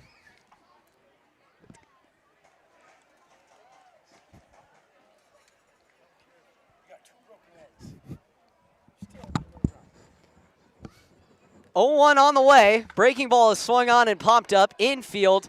Over on it is the shortstop Miller, and he'll make the play for out number 2. Took me a bit, but I got it. An all-timer from Julian Corey. It is, in fact, contagious. 2 down. Cade Campbell coming up. Reached on an air and struck out earlier on. He's been in a bit of a lull here, trying to flip his fortune with 2 down. The pitch on the way.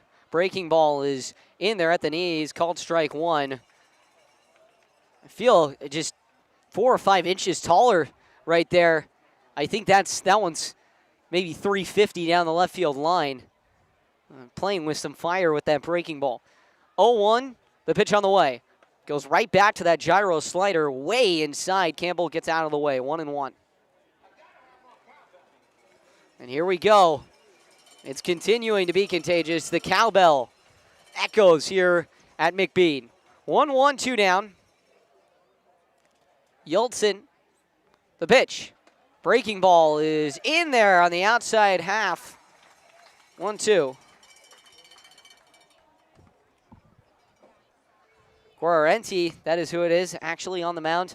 Similar builds. Julian and I were kind of confused. Similar numbers, similar builds, similar gloves. 1-2 with 2 down. The pitch. Breaking ball is swung on and popped up. Shallow center field. Back on it is Miller. He makes the catch for out number 3. So 3 up, 3 down. Go the Packers. We'll be right back as we get ready for the bottom of the 5th inning. Pack still lead at 5-1. Storjahan back into the ball game.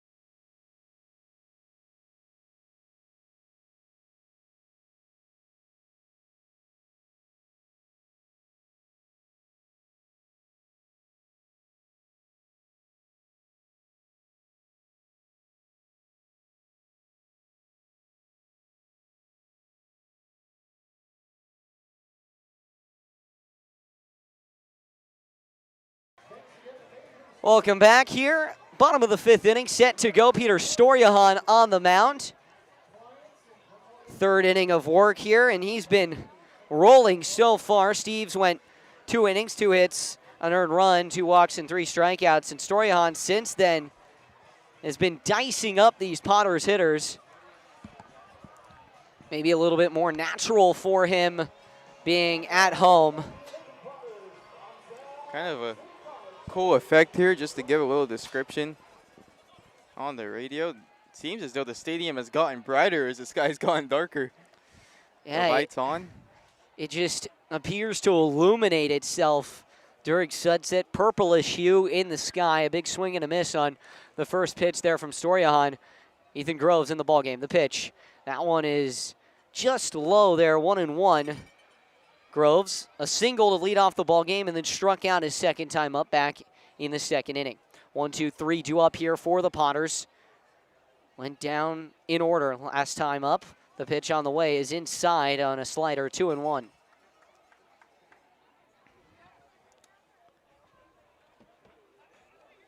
That Central Valley sunset, so beautiful here. 2-1 on the way. Fastball is way inside, 3-1. 92 as he just pulled that one. So buffet count here for Groves. It'll be Groves, Guanzin, and McGraw. The time is now here for the Potters, especially if they're able to get a leadoff walk. The 3-1 swung on and grounded hard over by Brendan Lewis and into right field. So a leadoff single there for Ethan Groves. He's now 2 for 3. As now Ian Guanzin will come to the plate. Seen that a couple of times today, specifically to Brendan Lewis as well as a couple of ground balls getting by him. The super fast turf infield. Well, Guanzin comes to the plate now. 0 for 1 was hit by a pitch his last time up. Groves big lead over at first. Storiahan gets his sign. Deep breath. He wants another one, and he steps off here. These two teams will meet again on Friday at 6 p.m. at Recreation Park. You can go buy your tickets now on theprunpackers.org. Just go to the website. Tickets should be located right there. You click on the link. It'll take you to tix.com.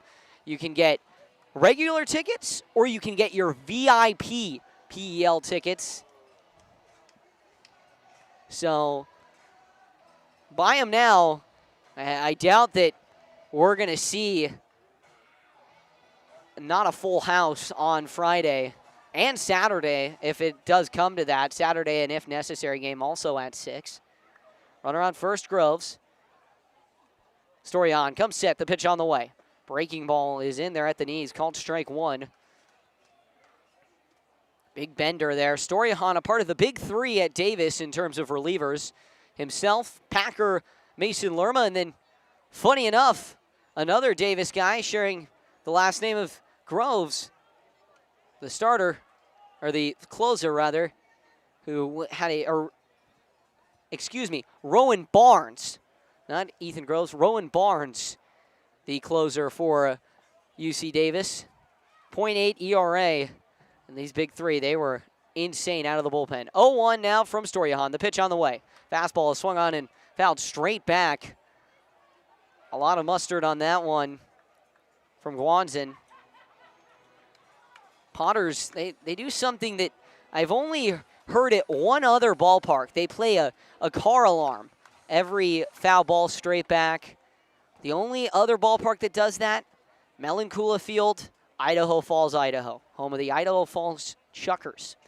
0-2 on the way. Breaking ball, big swing and a miss. The bender gets past Guanzin, 1 down. I feel like that's not something that's very exposed on the internet. I'm assuming you've had some fun trips down to Idaho. Fun is a choice of words, but yes, I would say, I got to see a game before they went from being affiliated ball to just independent league affiliated with the MLB. They were the Royals affiliate. Eric Hosmer came up through there. Good golf course out there. Pick over to first. Nothing doing there for Storiahan as Ty McGraw comes up, an echo of Southern Nights. The walk-up song of Packers slugger Maximo Martinez last year, who was critical for USC's super regional run. The 0-1 is way outside. 1-1.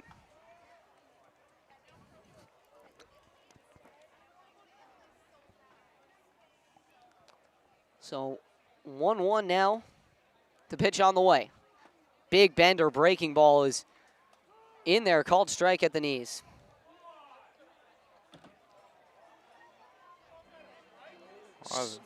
Horizontal movement on that breaking ball from Storiahan. I mean, we got a nice view straight behind home plate. We can see that ball starting in the right-handed batter's box, and by the time it crosses, it's on that outer third, and it's a really tough pitch to hit. 1-2 on the way. The pitch. Fastball in there at the knees. Strike 2. Actually, believe it's a 2-2 count. I think they missed a pitch on the scoreboard. I do know that. But I believe it was a ball instead of it being a strike. 2-2. McGraw at the plate. A lot of power, 10 homers this year, 7 in the last 12 games of the regular season. 1-2. Breaking ball is low there. 2-2. Maybe my mind is deceiving me. So umpire hasn't corrected the call. 2-2. It's a big power on power matchup here. Not only just with two super tall guys in the box, but it's low to mid 90s and a lot of power, as you just mentioned. 113 off the bat in the first from McGraw. The pitch swung on and popped foul straight back. That one's far out of there. You got to give props to both guys. I mean, competing right now, Storyhan looks like he has not a bit of fear of him. He's coming at McGraw with the high fastballs, high and pretty much over the middle of the plate. I mean, he's not afraid to attack at all. 2-2, 1 down, runner over at first. The pitch on the way. Fastball is upstairs, full count now with 1 down. I will say the one thing that Lincoln and Idaho Falls have in common besides that sound bite is the amount of people that come on out to the ballpark. Melancula Field sits about 3,000. They had 4,000 Little Leaguers in that area. 4,000 at a ball game went to Little League night. Crazy. 3-2. Big swing and a miss. Slider dices up another hitter from Stoyan. 2 strikeouts in the inning now for Stoyan. Nice to see a little gamesmanship there between the two. McGraw head nod to Storyhan. Storyhan right back at him. Really tough at bat there. Storyhan ends up winning. Well, 2 down now for Shane Miller.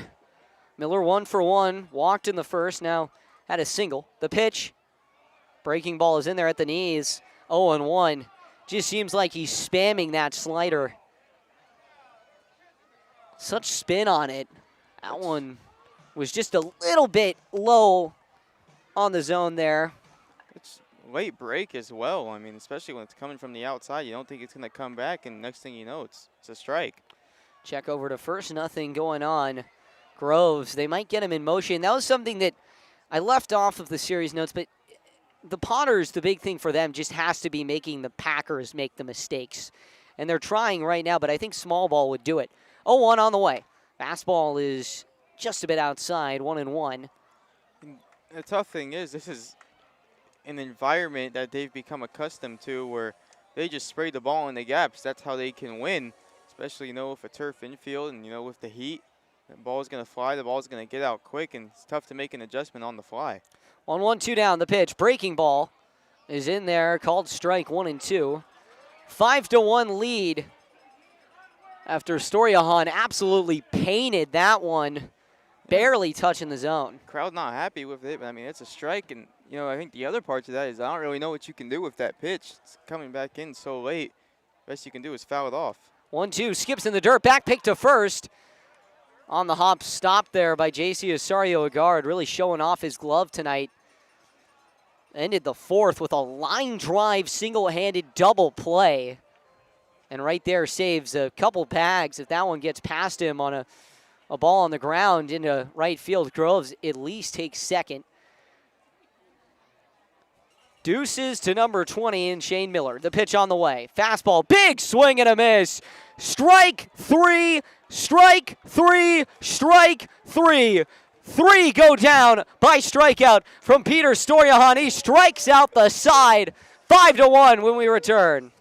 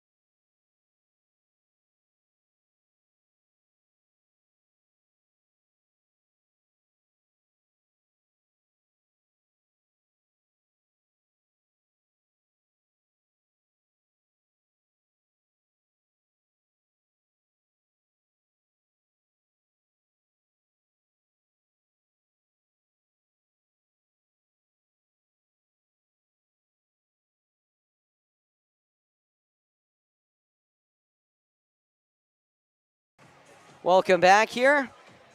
Joey Guarenti into his second inning of work.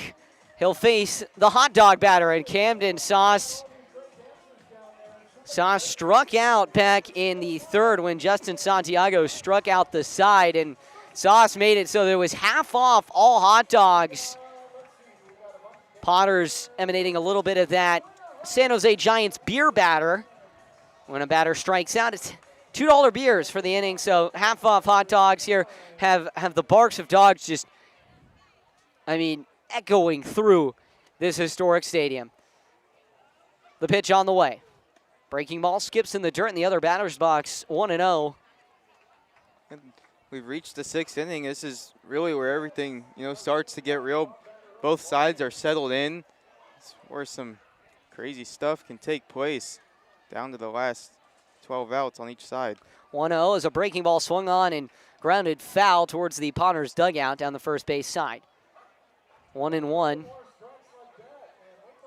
The way this field is situated, the home dugout, unless you're playing a 10 a.m. game, really doesn't get the brunt of the sun. Nobody does. Ballpark facing eastward. 1-1 on the way. Breaking ball is swung on and grounded to first, fielded on the hop by McGraw, who tosses it on to Guarenti for out number 2. Or out number 1, rather.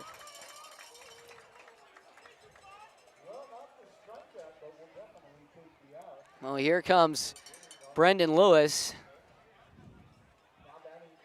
And Sauce, his quick groundouts, saving my brain and I think everyone's brain here of those annoying dog barks. I love dogs more as the next man, but my goodness, it's a lot. The first pitch to Brendan Lewis is outside 1-0. Lewis homered to left field. Should have played the sound for Lewis the way he put that ball in the seat. One out, the pitch on the way. That one skips in the dirt, 2-0. Easton Stockford giving us some dog impressions. Just to clarify, too, to not confuse any of the viewers. Forget, we're not on TV today. There are no actual seats anywhere in the outfield. Just a quick metaphor. 2-0 now to Lewis.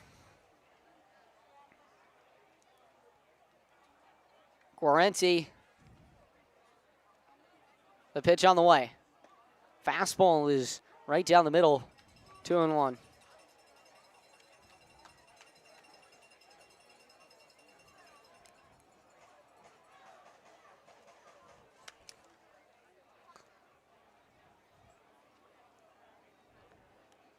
On the way. Fastball's way inside on the hands of Lewis. But he's able to get out of the way. 3-1 now.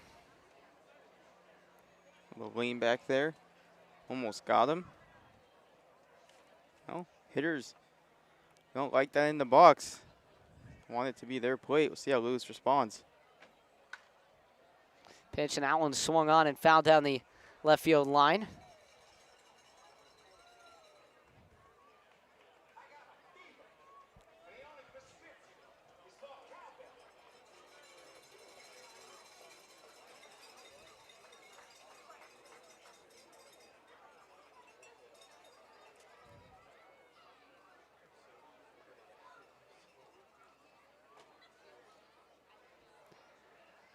Swung on and popped up. Shallow right field, no man's land. Over on is the second baseman, Guanzin, and he makes the play.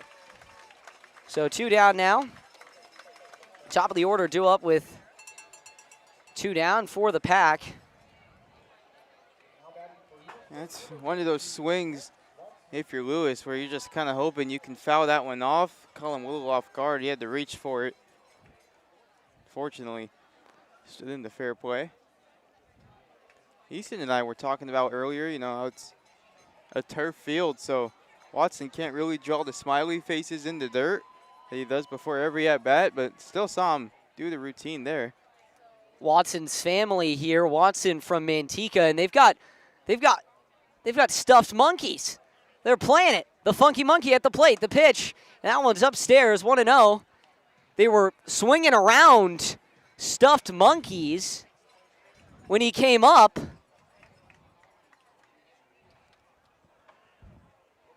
Keep the tradition going no matter where you are. And just having fun. Hopefully his grandpa here in the ballpark. 1-0 on the way. The pitch swung on and popped foul straight back. 1-1. Go on and check out the Packers Twitter at Prune Packers. We got live tweeting from Easton and I going throughout the night. 1-1, 2 down. Watson waits. The pitch on the way. Fastball is outside, 2-1.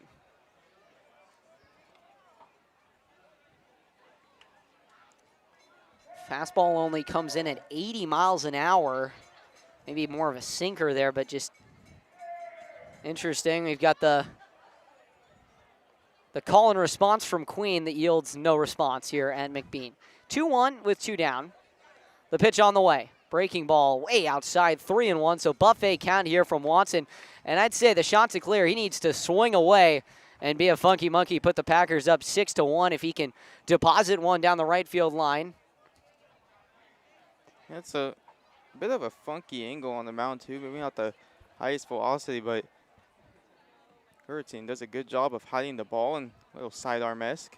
3-1 on the way is swung on and driven. Right field, way back there. You can watch it go. Rex Watson, how do you do? The funky monkey delivers. 6-1 Pack. And the Packers fans are going electric while all of McBean is silent. Dead silence here in Lincoln. 6-1 Pack.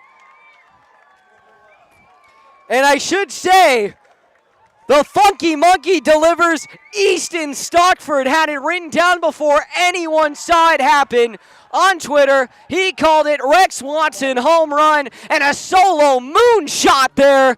115 off the bat. Oh my goodness, 402 feet. Oh my goodness. Julian, what did you think of that one? Quite intense. The best way I can put that one. No, but an absolute moonshot from Rex Watson. I mean, he knew it right away. Hits the ball and drops the bat. Just stared it down. I'm interested to see. Kind of got lost in the call there, but wonder if he got that ball over that net in right field. Well, now first pitch to Cannon Golden comes in with a strike. That one in there, strike 2, 0-2 now, quickly to Golden. Reference, I would say, batter's eye in center field, maybe about as high as the left field wall at Rec Park. Add maybe about another half wall. It's probably about how high that net is in right field, protecting all the neighborhood houses.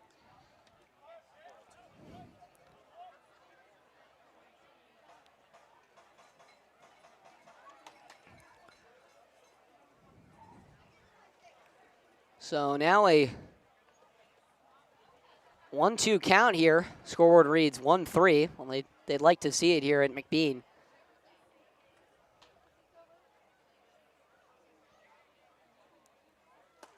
Pitch, and that one is a check swing called strike 2. Okay, thought it was a 1-2 count, but no, 1-1. So 1-2 now.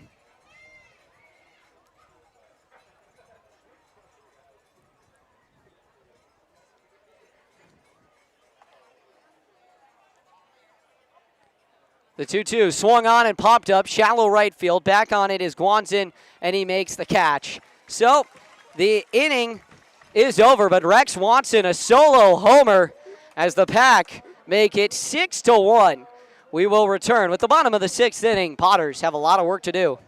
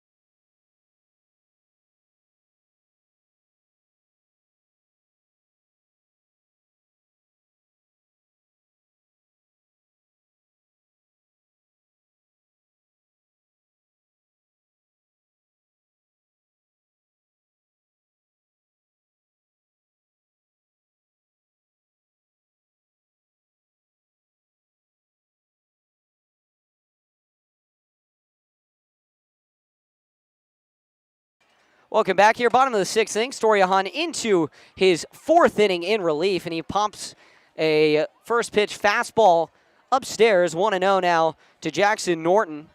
Norton strutting up to the plate with some little Tekka in the background. The pitch, breaking ball is in there at the knees. 1-1 now. Norton out at Southern University. Classic HBCU, known for their band, the Human Jukebox at Southern U. 1-1 on the way. Fastball, big swing and a miss. 1-2. Well, we did give the description. Now got confirmation. Rex Watson's ball indeed cleared a net in right field.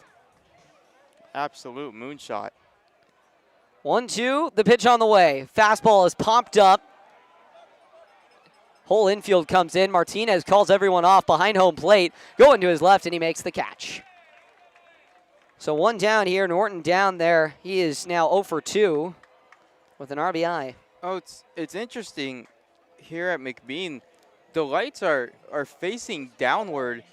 If it gets over those, we can't really see through the tarp, but you got to imagine it's pretty hard to see. And when Martinez took the mask off, he kind of just stood there for a minute looking into the sky. He looked a little bit lost. Well, at least he makes the catch there for the Pack. The Packers doing a great job of controlling damage as Brady Dobson steps in 0 for 2 in the ballgame. The pitch on the way.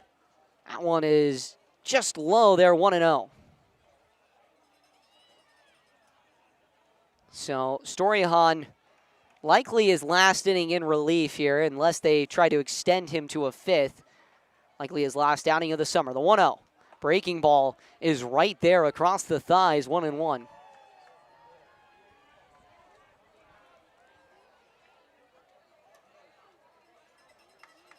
So 1-1 now to Dobson. That would have been the pitch to hit. The pitch goes back to that breaking ball. Dobson fouls it off hard down that first base side, 1-2.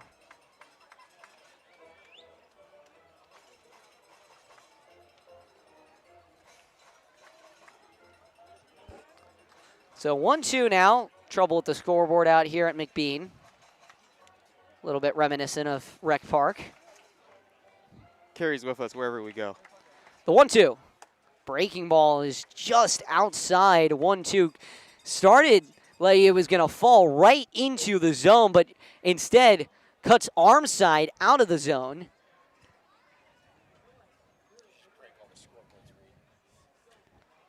The 2-2. Swing and a miss. Hard fastball. 4 strikeouts and 5 batters. Peter Storyahan just cruising right now.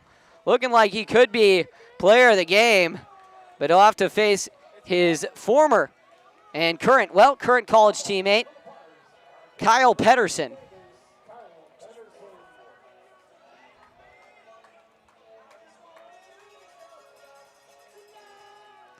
Rex Watson is a triple away from the cycle, I should mention, so maybe defensive player of the game for Storyahan. The pitch, swing and a miss.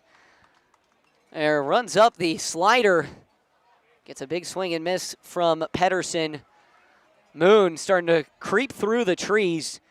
Big orange one, reminiscent of the harvest moon out here in the Central Valley. The 0-1 on the way. Fastball is outside, 1-1.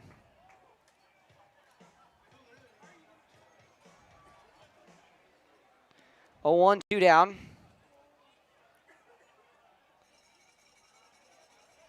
Pitch on the way. Breaking ball is way inside, and Pedersen dodges that one.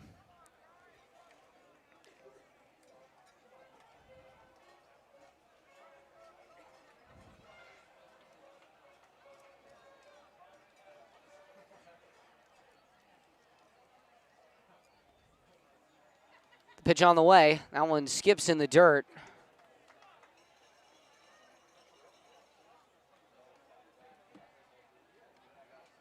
So now a 3-1 count here from Storyahan. Pedersen doing a great job of battling. He's 1 for 2 tonight. Shot a single, first base side. The pitch. Get me over fastball. Crosses just at the top of the zone. Some paint there at 91 from Storyahan. His large stature carries him. It was almost like the Packers replaced a tree with a metaphorical tree. 3-2. That one's just outside, and Pedersen walks. can only notice that Storyhan goes to Davis by his Adidas custom shoes. Him and Paul Grossman do a great job of representing their schools. And on the other side of the spectrum, those schools do a great job of outfitting their players as now Perrin Bland steps up. 0 for 2. The pitch on the way. That one is a breaking ball in there at the knees. Bland thought it was down. It was barely touching the zone. 0 and 1. Will Van Lee and Brendan Lewis with the accessories as well. Van Lee has all the bright red Houston gear, and Lewis the yellow and maroon leg guard. 0-1 is another breaking ball. Big swing and a miss from Bland. 0-2. And I mean, you mentioned Lewis from ASU. Even his counterpart, former college teammate and Livermore native, Tommy Brown, who's heading to UCSB next year, he's outfitted in all his ASU gear when he's catching. The 0-2 on the way. Fastball is swung on and popped up. First base side. Over on it is Rosario Guard. He ranges towards the bullpen and makes the play. So after a walk there with 2 down, Bland is downed on the pop fly. We'll be right back here. Easton Stockford climbs back into the broadcast booth. Packers lead it 6-1.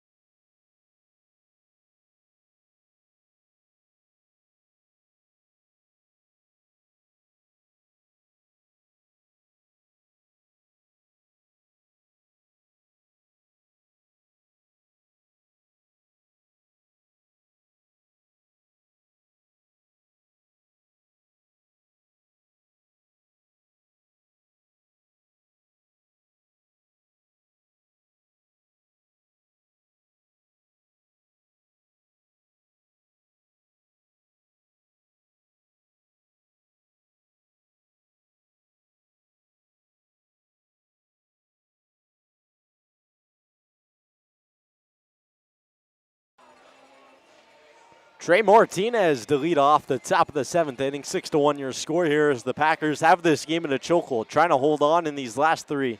Peter Storyhan has been the hero, 1 of 2 this game, him and Rex Watson.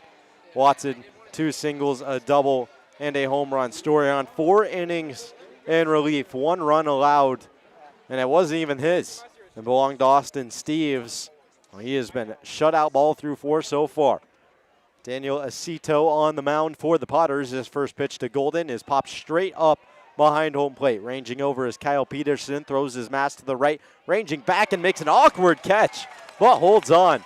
A nice grab there from Kyle Peterson, 1 away as the leadoff man Golden is retired, or Martinez, excuse me. Yeah, a little snow cone there behind the plate. Mentioned like the funky ankle a little bit. It's like it caught the palm of the glove and kind of ran up on him. Had the double squeeze, was able to hold on. So now J.C. Osario, a guard, steps in. Righty-righty matchup against Acito. First pitch on its way is a breaking ball inside and down, 1-0. Hit by pitch, walk, strikeout today for a guard. Still waiting for that big swing. Hasn't been given an opportunity to do much. Big swing there as he fans on that one, 1-1. Another breaking ball back to the well goes to Cito. 73 miles an hour, 16 inches of horizontal break on that thing. It's from one side of the plate to the other. The 1-1 to a guard. That one hit high in the air to left field. Ranging to his left is Dobson. Over on it as well as Madsen, the center fielder. He'll call him off and make the catch. Quickly 2 away here in the top of the 7th.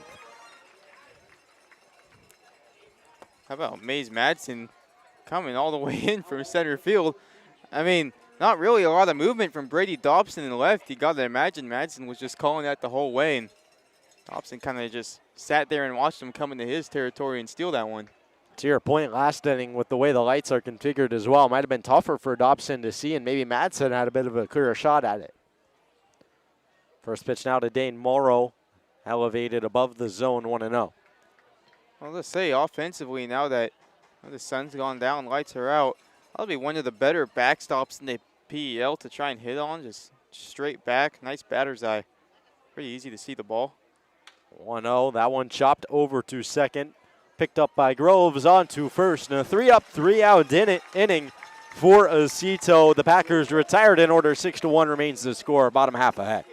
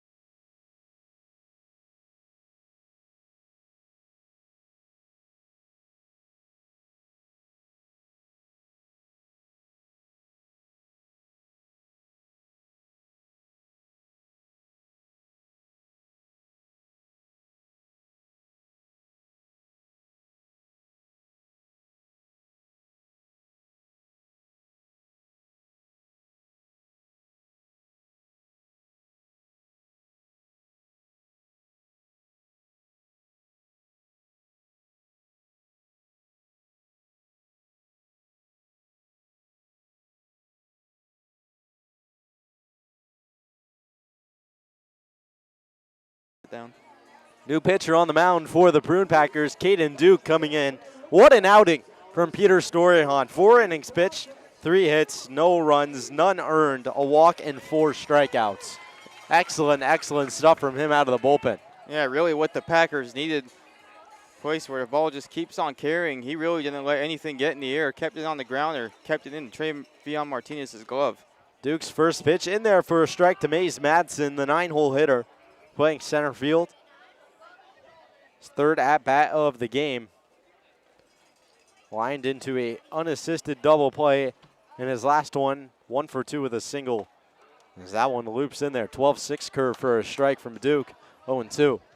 Yeah, it has one of only 4 hits so far for the Potters.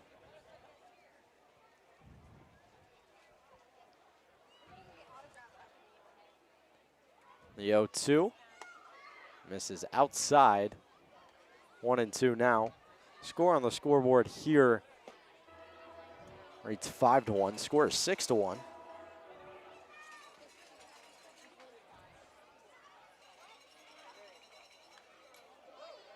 That one fouled straight back to the backstop. Count remains 1-2. Quite the release from Caden Duke on the mound. Very over the top, so much so that almost kind of leans back with his body, replaces where his upper half was with his arm. The 1-2 from Duke. That one tapped foul again. Mays Madsen just staying alive.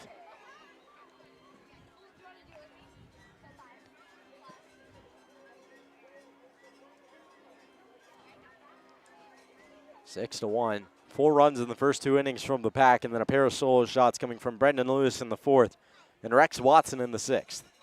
Duke the 1-2, 12-6 curve, and that one just misses somewhere. Where did it miss? A little bit high. Tough to tell with the umpire blocking the view of home plate if that's inside, outside, high, or low. ABS had it as a strike. Caught the touch of the zone. 2-2 from Storyhunt. Cut on and miss, strike 3. Leadoff man put down on strikes as Made Madsen is put away. That's Caden Duke, excuse me. Storyhunt went for so long I was used to saying his name. Yeah, similar build, similar motions in a way too. Both get out, some good reach in front of the plate. And throwing around the same velocity, similar pitch mix. Both dominating so far as well. So 1 away for Duke. First pitch there misses up and away. 1-0 now, top of the lineup rolling through. Ethan Groves and Ian Guanzon on deck. The 1-0 from Duke. That one fouled off, a pitch that tailed inside on Groves. The one surprise from tonight's game in the lineup for the Potters was the absence of Jordy Lopez in the lineup. He's done. Well, and that's because Jordy Lopez is done for the season. He was a big part of that team. We're not going to have him for the PEL series as that one tapped foul as well, 1-2. It's a big loss. You know, we talk about a 1-2 punch of Watson and Golden at the top of the lineup. Well, that's the 3-4 for the Potters. Jordy Lopez and McGraw, that was their 1-2 power punch. One of the weird quirks of summer ball. Isn't that 1-2 for Caden Duke? Fires home to the lefty Groves. Curveball misses outside. Count comes level, 2s. One of the cool things about TrackMan here in Lincoln, it's on a monitor and we can see a 3D zone so we can see how deep the pitch gets before it's actually hit. A 1-0 line softly over to short. A leaping catch from Cade Campbell. Rather routine, but made it look nice, 2 away. Wasn't hit particularly hard, but had to give himself a little spring to his step to make the play. A nice grab there, but nothing out of the ordinary. Yeah, had a little spin on it, maybe knuckling a bit. One of the balls that's kind of you're in between about. You don't know whether to move back or forward. Well, go in the air and see what happens. So now Ian Guanzon with 2 away. 2 up, 2 down so far for Caden Duke as he has entered this one. First pitch to Guanzon. Down the middle, over to Campbell. Picks it on his backhand. Long throw to first on the money. Back-to-back nice plays from Cade Campbell over at short. And Caden Duke goes 3 up, 3 down in his first inning of work. Holds the Potters scoreless. 6-0 remains the score as we'll head to the top of the 8th.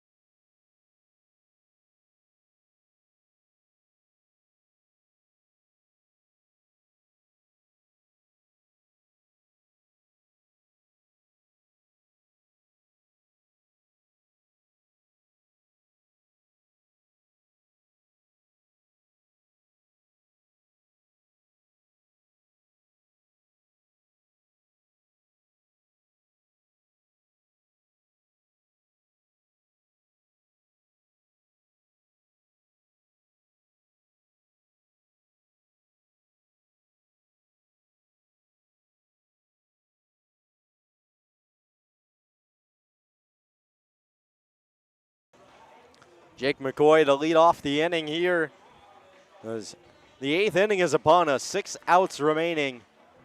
And the Packers hold on to a Game 1 victory here in Lincoln. Would be the first win here at McBean Park this season for the Pack. They've moved to 6-5 on the road. It would be picking the right game to do it. Daniel Acito still on the mound. Certainly would be a good one to steal on the road. But had a lead going into the 9th last time they were here as McCoy, big swing and a miss on a pitch high and inside, 0-1. Ended up losing that lead, so this game not over. 5 runs is not safe. Acito deals home the 0-1. Another swing and a miss there from McCoy. The pitch just above his belt line, 0-2.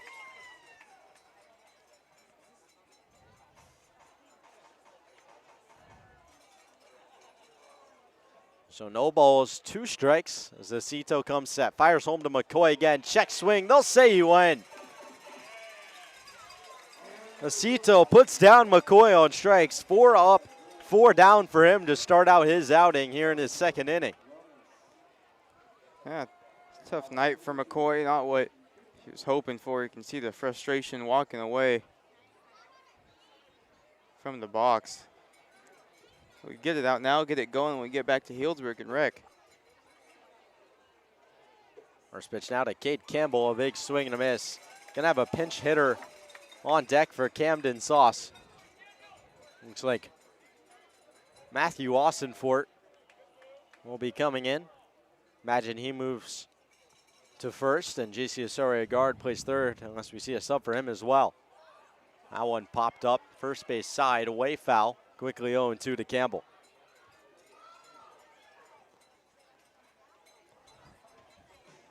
Michael Austinfort here as well if need be. Play on the left side. I will say, Julian, this is the darkest we've ever had a game that we have called so far this year. Pitch black beyond the fence. The lone shine of the moon from left center field.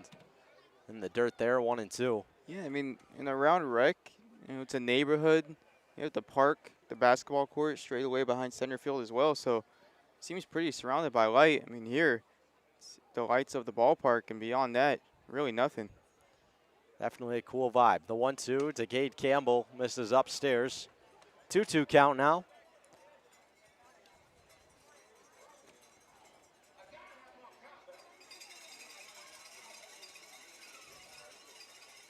I'm liking the dark vibes from beyond the fence. 2-2, got him looking. Back-to-back strikeouts as Acito freezes Cade Campbell, 2 away here in the 8th. Acito really dealing right now. Campbell couldn't believe that one stuck on Yavor the third. Looked straight up in the sky, hoping for some help. That'll bring up Matthew Austinfort, a power lefty out of the University of Michigan, coming in for Camden Sauce. Certainly has a lot of power in his bat.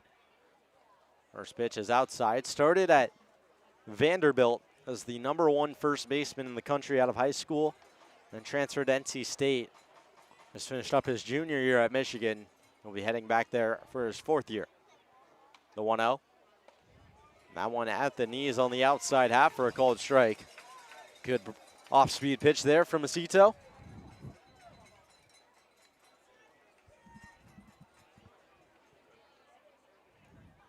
One the count. Acito deals home.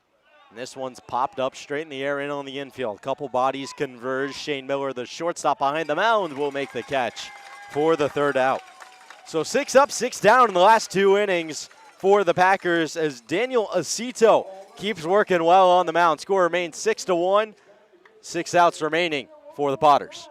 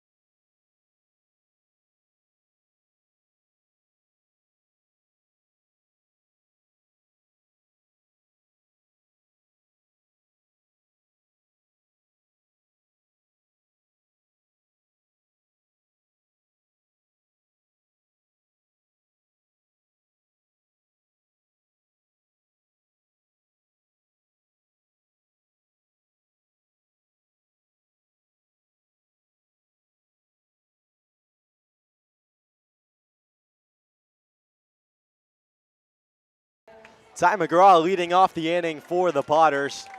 Power bat might just be what they need to try and claw their way back into this one. Caden Duke still out there on the bump, trying to set up to close this one out. E.J. McGrew getting loose in the bullpen. Be quite the 1-2 punch if they can get to the 9th inning. McGrew been one of the more dominant arms all year, especially in those later opportunities for the Packers. So it'll be McGraw, Miller, and Norton. The three due up here. 6 outs remaining for the Potters in a 6-1 ball game. First pitch from Duke on the outside corner for a strike. Duke went 3 up, 3 down in the 7th. Got through the 1 and 2 hitters as well as the 9, but now having to go through the power alley. 3-4-5. 1, Duke fires home. Skipped in the dirt. Dug out there by Martinez. 1-1. Lefty-righty matchup. Definitely something McGraw is looking for. Probably looking for something to find his barrel here. Watch it fly. The 1-1. That one fouled away down the first base side into the netting. Now a ball and 2 strikes on the Troy Spartan.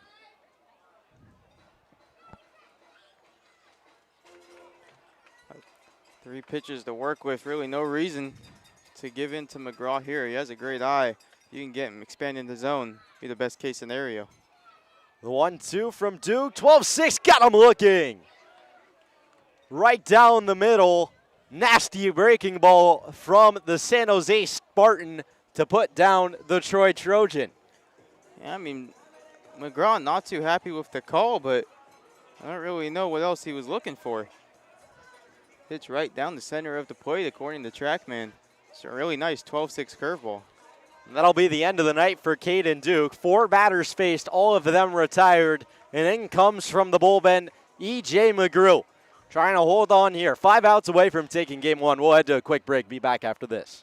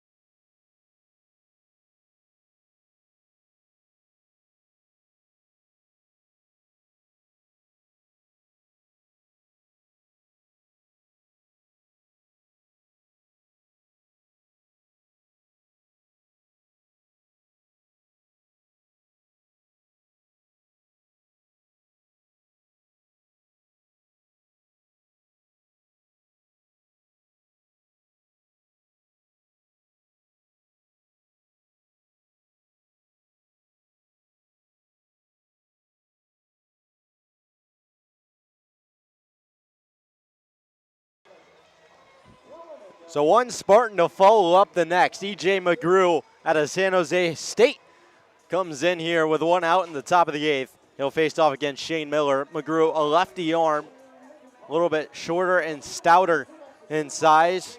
4-4 at San Jose State. 240 pounds, stands at 6'2". Facing off against the lefty Shane Miller. First pitch to Miller, hit him right on the elbow. So not the start you want to see to your outing, as Miller will walk over to first. It's the 3rd hit batter of the game for the Packers. Yeah, it's got to be tough, too, if you're Coach Gomes sitting in the dugout. Pull a guy that just got 4 straight outs, trying to play the matchup. And first pitch, ready a free pass. McGrew has been really good here with the Packers. Jackson Norton now at the plate. .87 ERA. First pitch is a breaking ball below the knee, is 1-0. 10 innings pitched. Giving up 6 hits, 2 runs, only one of them earned. Struck out 12. Miller off of first. Breaking ball there, in there for a strike, 1-1. Been a good minute since McGrew was on the mound as well. July 19th in Humboldt. Last time he made an appearance. 1-1 from the lefty. Fastball outside, 2-1. Unfortunate that Martinez couldn't stick it there. That one, the whole ball caught the bottom part of the zone. Definitely close. Really good pitch, but 9 miles an hour on the fastball. Count 2-1. McGrew looks to first. Now comes home. That one hit well left field. Bat flipped from Dobson, but back on it is Golden, and he will make the catch at the track. Dobson just missed out on that one. It'll be the second out of the inning, and a close one there for E.J. McGrew. That's a ball where maybe go back 4 or 5 innings, probably out of the yard. Mistake there from McGrew. Check that. That was Jackson Norton. Now Brady Dobson stepping in here. Lefty-lefty matchup. Norton just missed that one.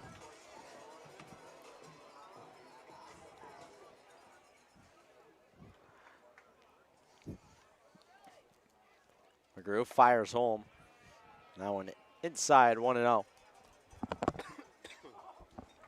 It is important to keep in mind that someone down the first base side for the Potters was issued a warning. We've already had 1 ejection this year when these two teams have faced in a walk-off fashion. Probably one of the most unique finishes ever. Breaking ball fanned on there, 1-1. It is, I think ejections are scored in a scorebook. I'm not fully sure on that, but that ejection was after the walk-off, and technically the game was over, so I wonder if that counts. I don't know. Counts in my book. The 1-1 in the dirt, stopped by Martinez. Good job. He bounced that one off his chest right back to home plate. Kept it really close. 2-1 now. Just getting technical with it, but sparked my curiosity. Sack bunt from Cade Campbell that was thrown into right field and then thrown into the Packers dugout. And then the coach was thrown out of the game. A lot of throwing going on in one play. 2-1 from McGrew. That one hit sharply over to second. Tough play for Lewis. Foot race for McGrew, and he can't make the catch. Off his glove, had the runner beat. Up to third goes Shane Miller.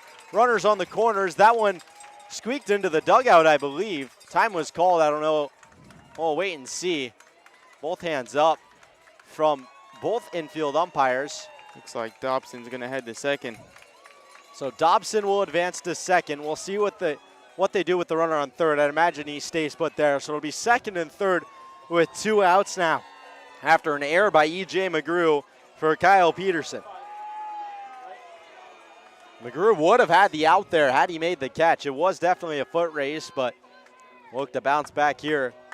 It's a tough part of the game. That's the little things we were talking about. You mentioned a couple innings ago, Potters trying to get the Packers to make an error, and they got one there. The other Packer getting loose in the bullpen. The sidearm slinger, Simon Lemke, warming up down there. Just committed to Wichita State. We'll see if he comes in to relieve or if he's scheduled to close this one out. McGrew's first pitch to Peterson. Breaking ball drops inside, 1-0. Update on the scoreboard with 2 runners in scoring position. We got no line. We do have a score, 6-1. The score is right. Still a 5-run lead for the Pack. It happens. It happens. Summer ball. 1-0 from McGrew.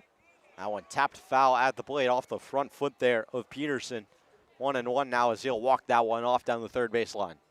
Do have the most important part. That's all that matters. Yeah. I got it right here in my book in case they need it.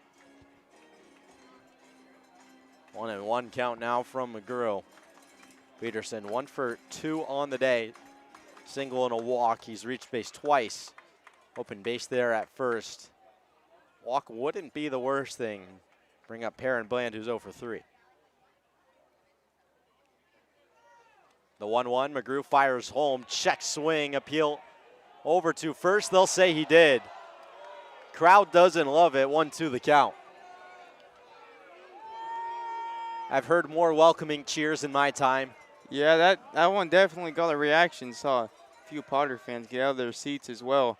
Not very happy with the officiating crew tonight. Now putting a hand towards the Potter dugout you mentioned. They already got a warning. Things could get ugly here pretty quickly. So 1-2 for McGrew. On his way home, that one outside just misses on the chalk. It's always hard to tell. I've never understood. That's one call that I don't know why fans argue, because you just really can't tell from behind home plate if someone went around or not. It's one of those rules, too, that's like there's no definitive answer. It's a lot of gray area. But there isn't. A lot of gray area there. 2-2 the count. McGrew 2 away. Fires home. That one gets away on the off-speed pitch. Full count now. You know, it's interesting because usually it's, the barrel of the bat head gets in front of home plate, but, they implemented the new ABS challenge system in the minor leagues, and it's pretty much you have to have a full swing for it to count. Definitely an interesting rule. Tough one for the umpires. Full count, 2 outs now to Peterson. First base is open with runners on second and third. McGrew rocks, fires, swing and a miss, strike 3. McGrew strands 2, and the Packers hold a 6-1 lead. Big time stuff from E.J. McGrew as he puts down Peterson on strikes. 6-1 your score. We'll head to the top of the 9th.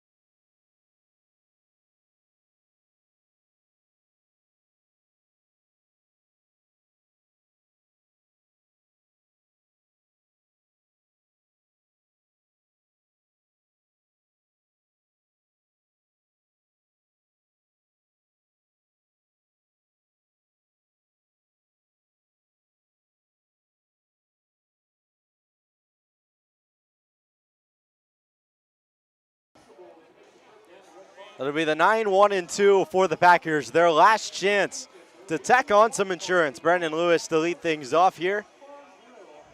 Has a home run in this one. 1 for 2 with a solo shot. Looking to make it 7-1 here or start off the inning strong. Umke getting loose down there. There's a couple other bodies. Can't quite make out who they are. Brandon Mance here.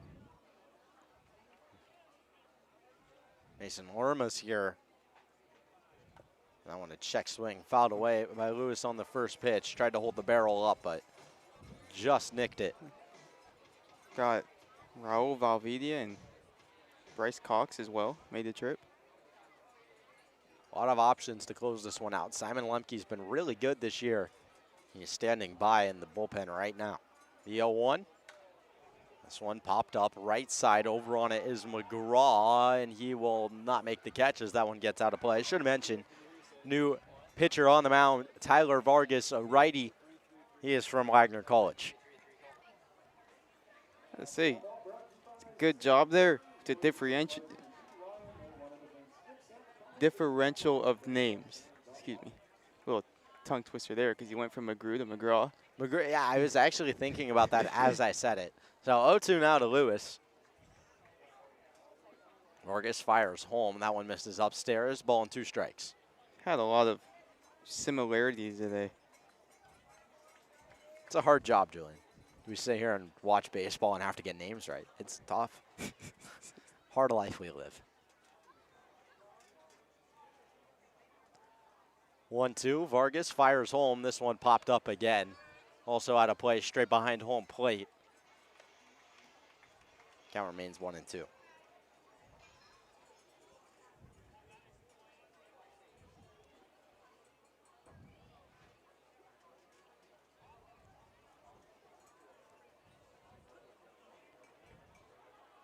So still 1-2. Vargas again upstairs. Count comes level. 2 aside here.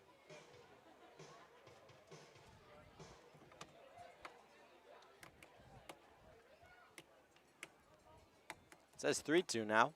Not sure. Pitch is on its way. That one hit sharply over to third. Tough play, but a nice snag by Guanzon. Throw to first is in time. Leadoff man is retired in the top of the ninth.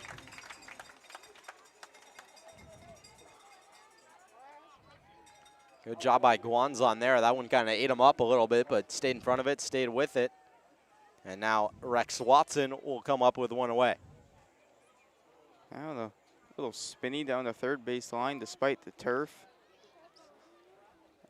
Caught a little bit the bad side of the ball and jolted right into his glove, luckily for him. Rex Watson, triple shy of the cycle. 2 singles, a double, and a homer tonight. First pitch is up and away, 1-0. You know, this place pretty much the exact opposite of Rec Park.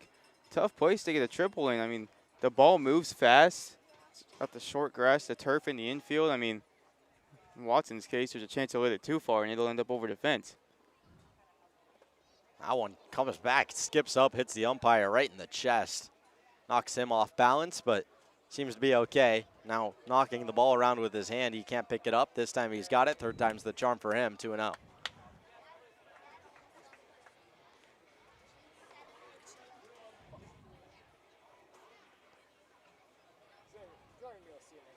So hitters count here for Watson. I will say, if he were to hit a triple, right now it looks like the third base line might be his best bet. Played to a pulled shift in the infield. Everyone staggered over about 25 feet from their normal spots. 2-0 is off the plate outside. 3-0 count to Watson. I think third base line or maybe even shooting one off that wall in center. It carries for long enough. Maybe just doesn't get over. Have enough time to run around. Watson can fly, has speed. 3-0. Vargas fires. That one, a get me over fastball there. Watson with the auto take, 3-1. Couldn't get much more middle than that, but Watson didn't even think about it. Always sticks to his approach no matter what the situation is. Knows exactly what he wants at the plate. So 3-1 now. We'll see if it is the green light this time.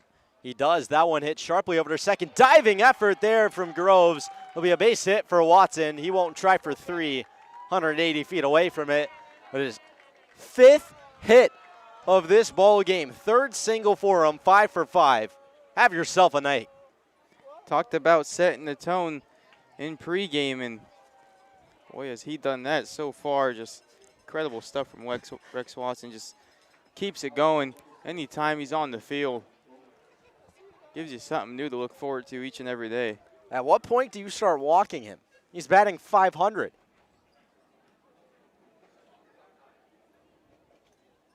First pitch now to Cannon Golden. That one ripped into right center field. That's extra bases. Watson on his way to third. Good angle there from Madsen. Throw into second. Beats Golden, but not in time. Missed the tag. A one-out double for Cannon Golden. Second and third now as in steps Trey Martinez. I really feel like that just answered your own question there. I mean, one of the reasons Rex Watson is at the top of the lineup is to just absolutely stack it behind him. If you pitch around him, then you have 2, 3, 4 hitters that can just do that on the daily. We're going to have a mound visit here. Vargas, the 5th pitcher of the game for the Potters. They have someone getting loose down there, but not into a full squat just yet behind the plate. So just stretching and tossing, no full warm-up. One out here. Martinez has had himself a solid night. 1 for 4. Does have an RBI. Home plate umpire coming out to break up this tea party here on the mound. And Vargas will stay in to face Martinez. Righty-righty matchup for the pair. Only 1 out as well. Osario, a guard on deck, not his best night, but you know, with him at any given point, you can just turn it on. 0 for 2 on the night for Osario, a guard. 42 RBIs on the year. Leads the league with 12 home runs. Not a guy you want at the plate. Infield in for the Potters. First pitch to Martinez, inside corner for a strike. Martinez doesn't like the call, but all the infielders playing in on the grass. It's all grass because it's turf, but playing in front of the baseline. 0-1. Vargas to Martinez. That one misses outside. Both guys aboard are maybe the 2 fastest on the team.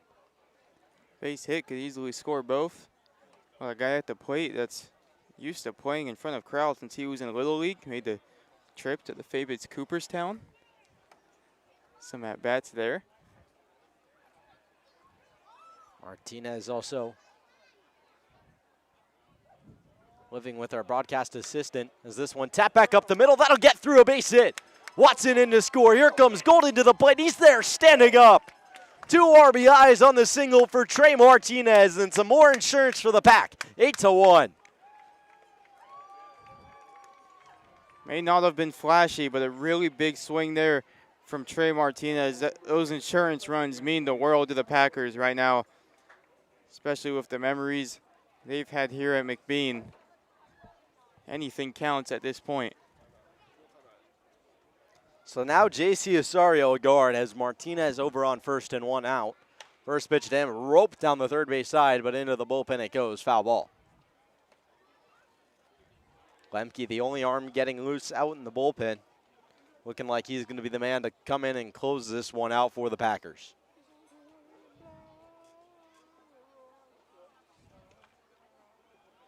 Oh, and 1 the count to Osario, a guard. Vargas is 0-1 is upstairs, ball and a strike.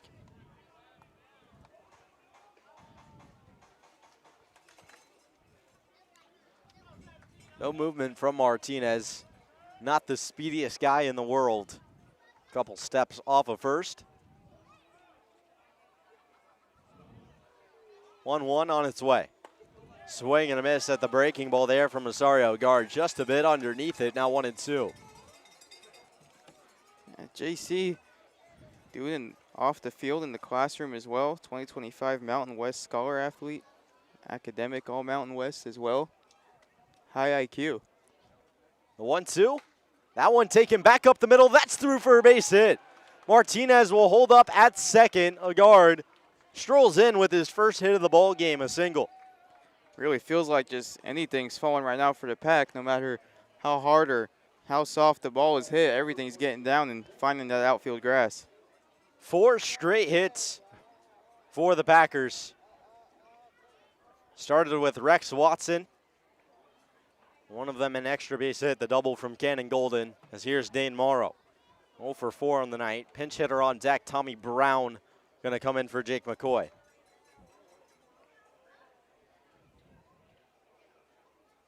First pitch to Morrow. Swing and a miss at a pitch downstairs. Looked like he tipped it 0-1.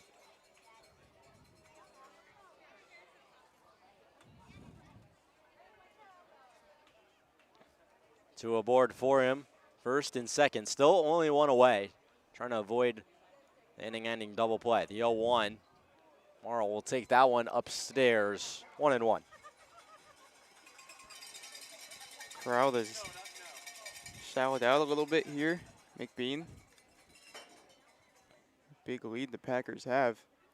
Send them home a little early. 1-1 the count tomorrow. Vargas deals.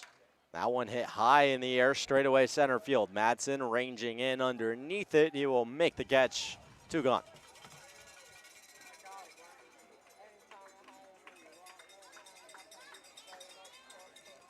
Now Tommy Brown with 2 away. Still the runners on first and second. 8-1 the score. 2 runs across this inning thanks to the single from Trey Martinez scoring Cannon Golden and Rex Watson. 7-run cushion. Gonna have to try and close this one out. Brown looking to tack on a little bit extra and make it even more. Vargas comes set, fires home. Breaking ball in there for a strike on the inside corner. So 1-1 early to Brown. Played at Arizona State last year. Flipped to UC Santa Barbara, where he'll be playing next year. Typically a catcher coming in the DH spot. 1 cut on and missed, 0-2. Back-to-back breaking balls there from Vargas. Has Brown off balance. Yeah, and that off-speed pitch is good enough for Vargas where he can double up on it. Not a trait everybody has, but certainly works out for him on the mound most of the time. 0-2. Brown stays alive as he spoils the fastball in on the hands, able to catch up to that one. Count remains 0-2 here.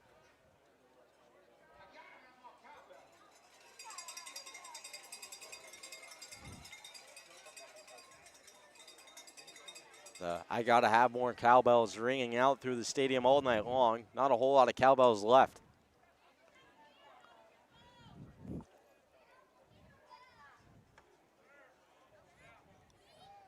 The 0-2 again to Brown. That one hit right back up the middle. Diving effort. Nice play there from Miller. Throw to second, not in time. Back pick over to third. Martinez in there on a head first slide as he thought about home. But an infield hit for Tommy Brown keeps the inning moving. Some good range at short from Miller. Keep that one in the infield, saves a run. Ball's moving fast. Not that Tommy hit it super hard, but even off the end of the bat, got out pretty quickly. So now bases all juiced for Cade Campbell. And it looks like we're going to get a mound visit and likely a new pitcher here for Vargas. And it will be a new arm on the mound for the Potters. So bases loaded. Potters will go to the bullpen. 8-1 your score. We'll head to a quick break. Be back after this.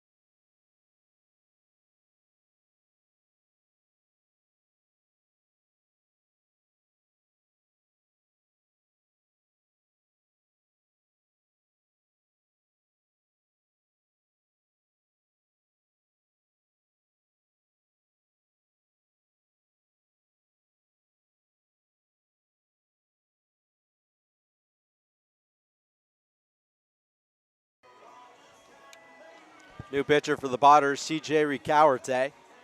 Right-handed arm taking to the bump to face off against Cade Campbell here with the bases loaded, top of the 9th inning.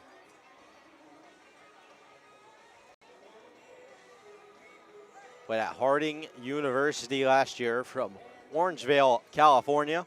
6'1", 200 pounds for the right-handed arm.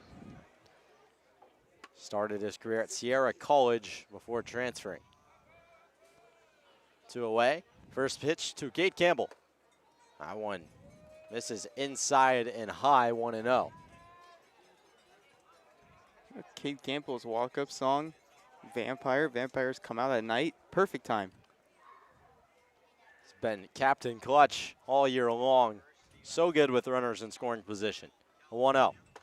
Swing and a miss as he fanned on that one there. 1-1.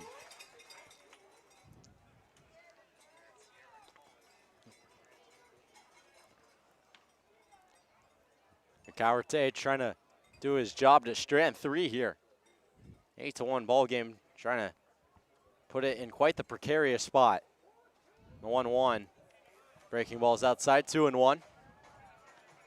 Back in the inaugural PEL Championship. Potters trailed by 7, heading to the bottom of the 9th. Just as they would if this inning ended right now. They scored 8 in the bottom to walk it off and win game 1 right here at McBean Park. The 2-1. Check swing there, called strike on the pitch. Now 2-2. So maybe some uncomfortable deja vu for Coach Gomes. Up 7, bottom of the 9th.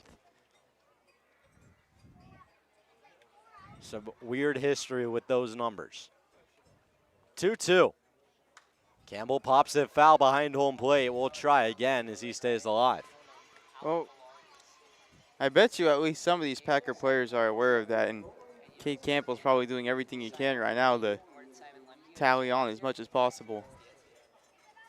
Cade Campbell might not know about it himself. Handful probably do, but a while back. 2-2 count. Ricauerte on his way home. That one scoots inside. Campbell jackknifes out of the way. Full count. And a big pitch in this ball game. I know it's a 7-run game, but this pitch seems like it means a little more than 7 runs here. It's one of those ballparks. No lead is safe. Anything can happen, no matter what the score is. Ricauerte comes set. 3-2, 2 away. Bases juiced here in the top of the 9th. The payoff pitch, runners in motion. Campbell rips it to right field, snagged by Guanzon. Throw to first is in time. A nice play by Guanzon to get out of the jam. The Packers strand the bases loaded, but do scratch across 2. 8-1 the score. Bottom of the 9th, and the last 3 out for the Potters. A lie ahead.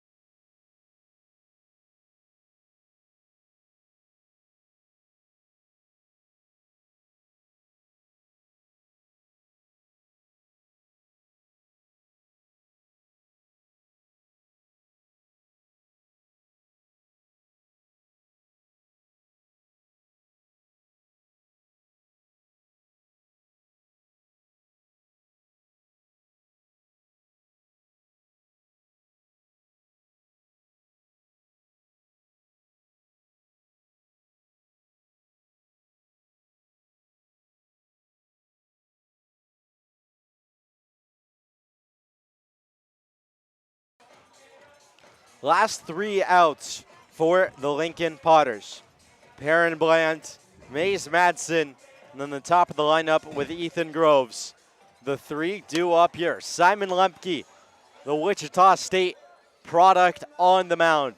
The side-arming righty trying to close things out here in one of the freakiest scenarios we've seen ourselves in all year. Deja vu back to the first PEL championship. First pitch from Lemke's on the outside corner for a strike. Now, a lot of deception, a lot of movement on the mound, most importantly, a lot of confidence. Goes up there, stands tall, even though maybe he gets a little lower with the sidearm. The 0-1. That one right at the belt, but just high. 1-1 now. It's the same spot the Potters found themselves in. Down 7, bottom of the 9th. Game 1 of the PEL championship, and they came back and won it in the inaugural year. Swing and a miss there. Nasty breaking ball that catches the outside half from Simon Lemke. And Perrin Bland, who is 0 for 3 on the day, trying to muster up something that he hasn't had all night long. One of the things with this Potters team, they're just going to keep fighting. They're in every at-bat. A 1-2, cut on and miss, strike 3. Lemke puts the leadoff man down on strikes, and the Packers are 2 outs away from taking game 1. And you can, stadium's a little empty right now, but you can feel the energy from that Packer dugout. Felt like a home game there. They got pretty loud. So now Maze Madsen will step in, 1 for 3 tonight. Had a single all the way back in the second off of Austin Steves. Lemke, the 5th pitcher of the game for the Packers. First pitch runs up and away. 1-0 the count now.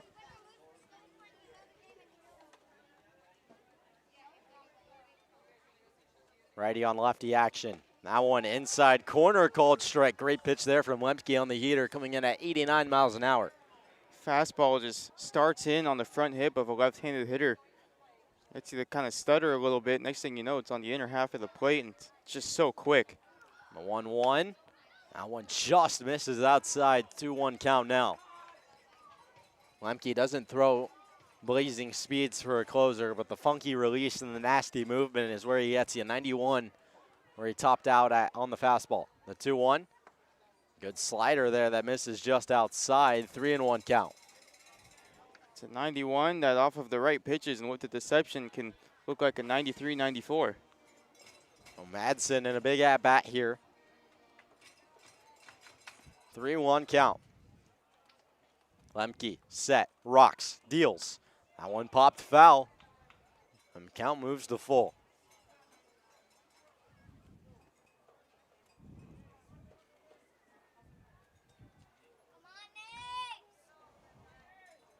Full count for Lemke. Madsen the hitter. Payoff pitch. Just high.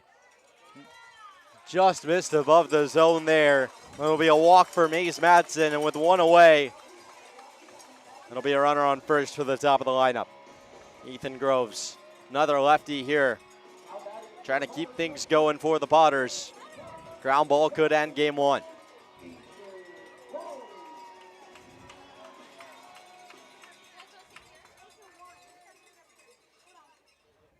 First pitch from Lemke, that one upstairs, 1-0.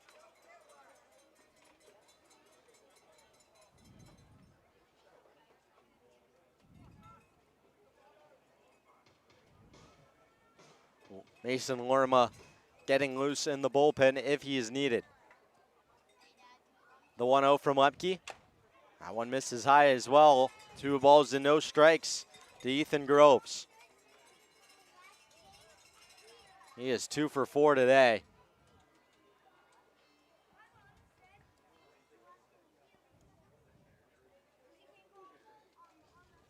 The 2-0 pitch is in there for a strike. Just below the zone on the track, man. 2-1. Groves was incensed with the call, but OABS challenges available. 2-1. A lot of taps of the head throughout the crowd. 2-1, fouled away, now 2-2. The entire complexity of this at-bat just shifted on one pitch. 1 away here. No movement over on first from Mace Madsen. 2-2. Lemke fires. Inside corner, doesn't get the call. Just missed off the plate there, but a really good take there from Ethan Groves with 2 strikes on him. That is an unbelievable take in a 2-strike count. That's a pitch you want to protect. Lucky he didn't get run up, but at the same time, an incredible eye. 3-2 payoff pitch. And a great job by Groves to lunge out there, just casted his sword at it there and just fouled it off. Really good job to stay alive.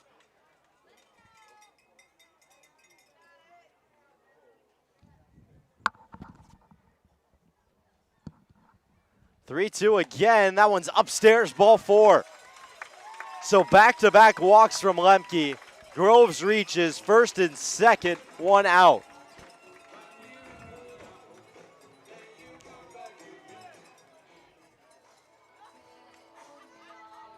So now it's Ian Guanzon, 0 for 3 on the day. Yeah, definitely not ideal if you're the Packers, but gotta relax in the situation. 2 outs to get, still up by 7 runs. 1 pitch on the ground. You're potentially out of this one.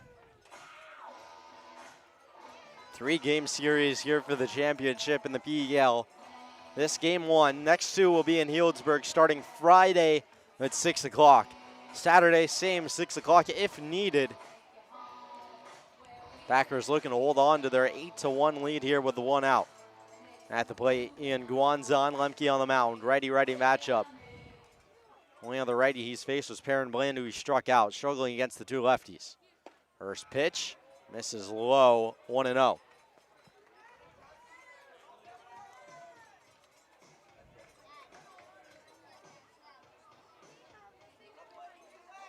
A ball and no strikes now.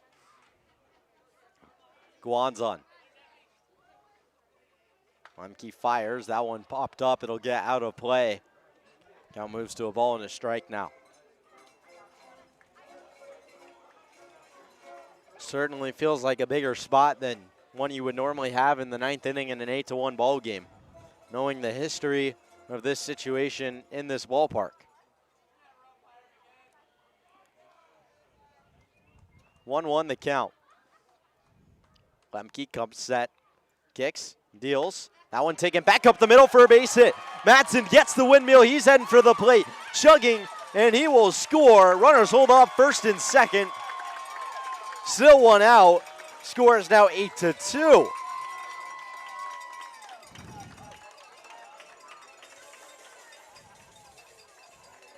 That'll bring up Ty McGraw.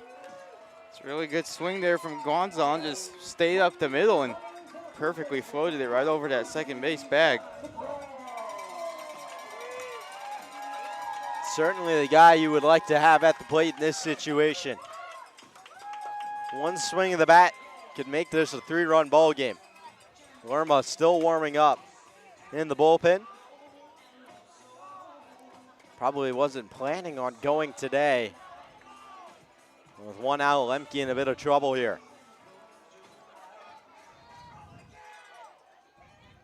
Lemke comes set. First pitch to Ty McGraw.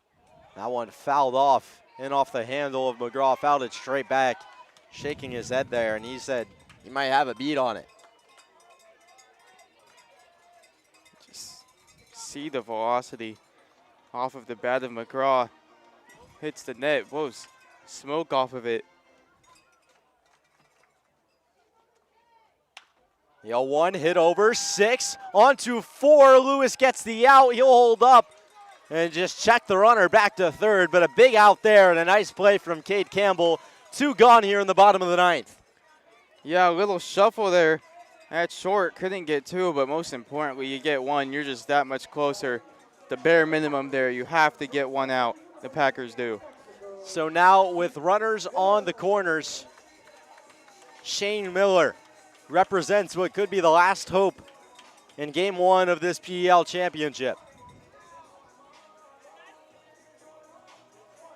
It'll be McGraw off of first.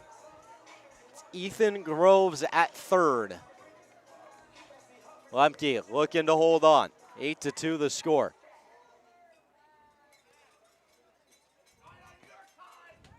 Righty, lefty, Lemke fires. First pitch, swing and a miss. 0-1. Everyone on their edge of the seats here at McBean.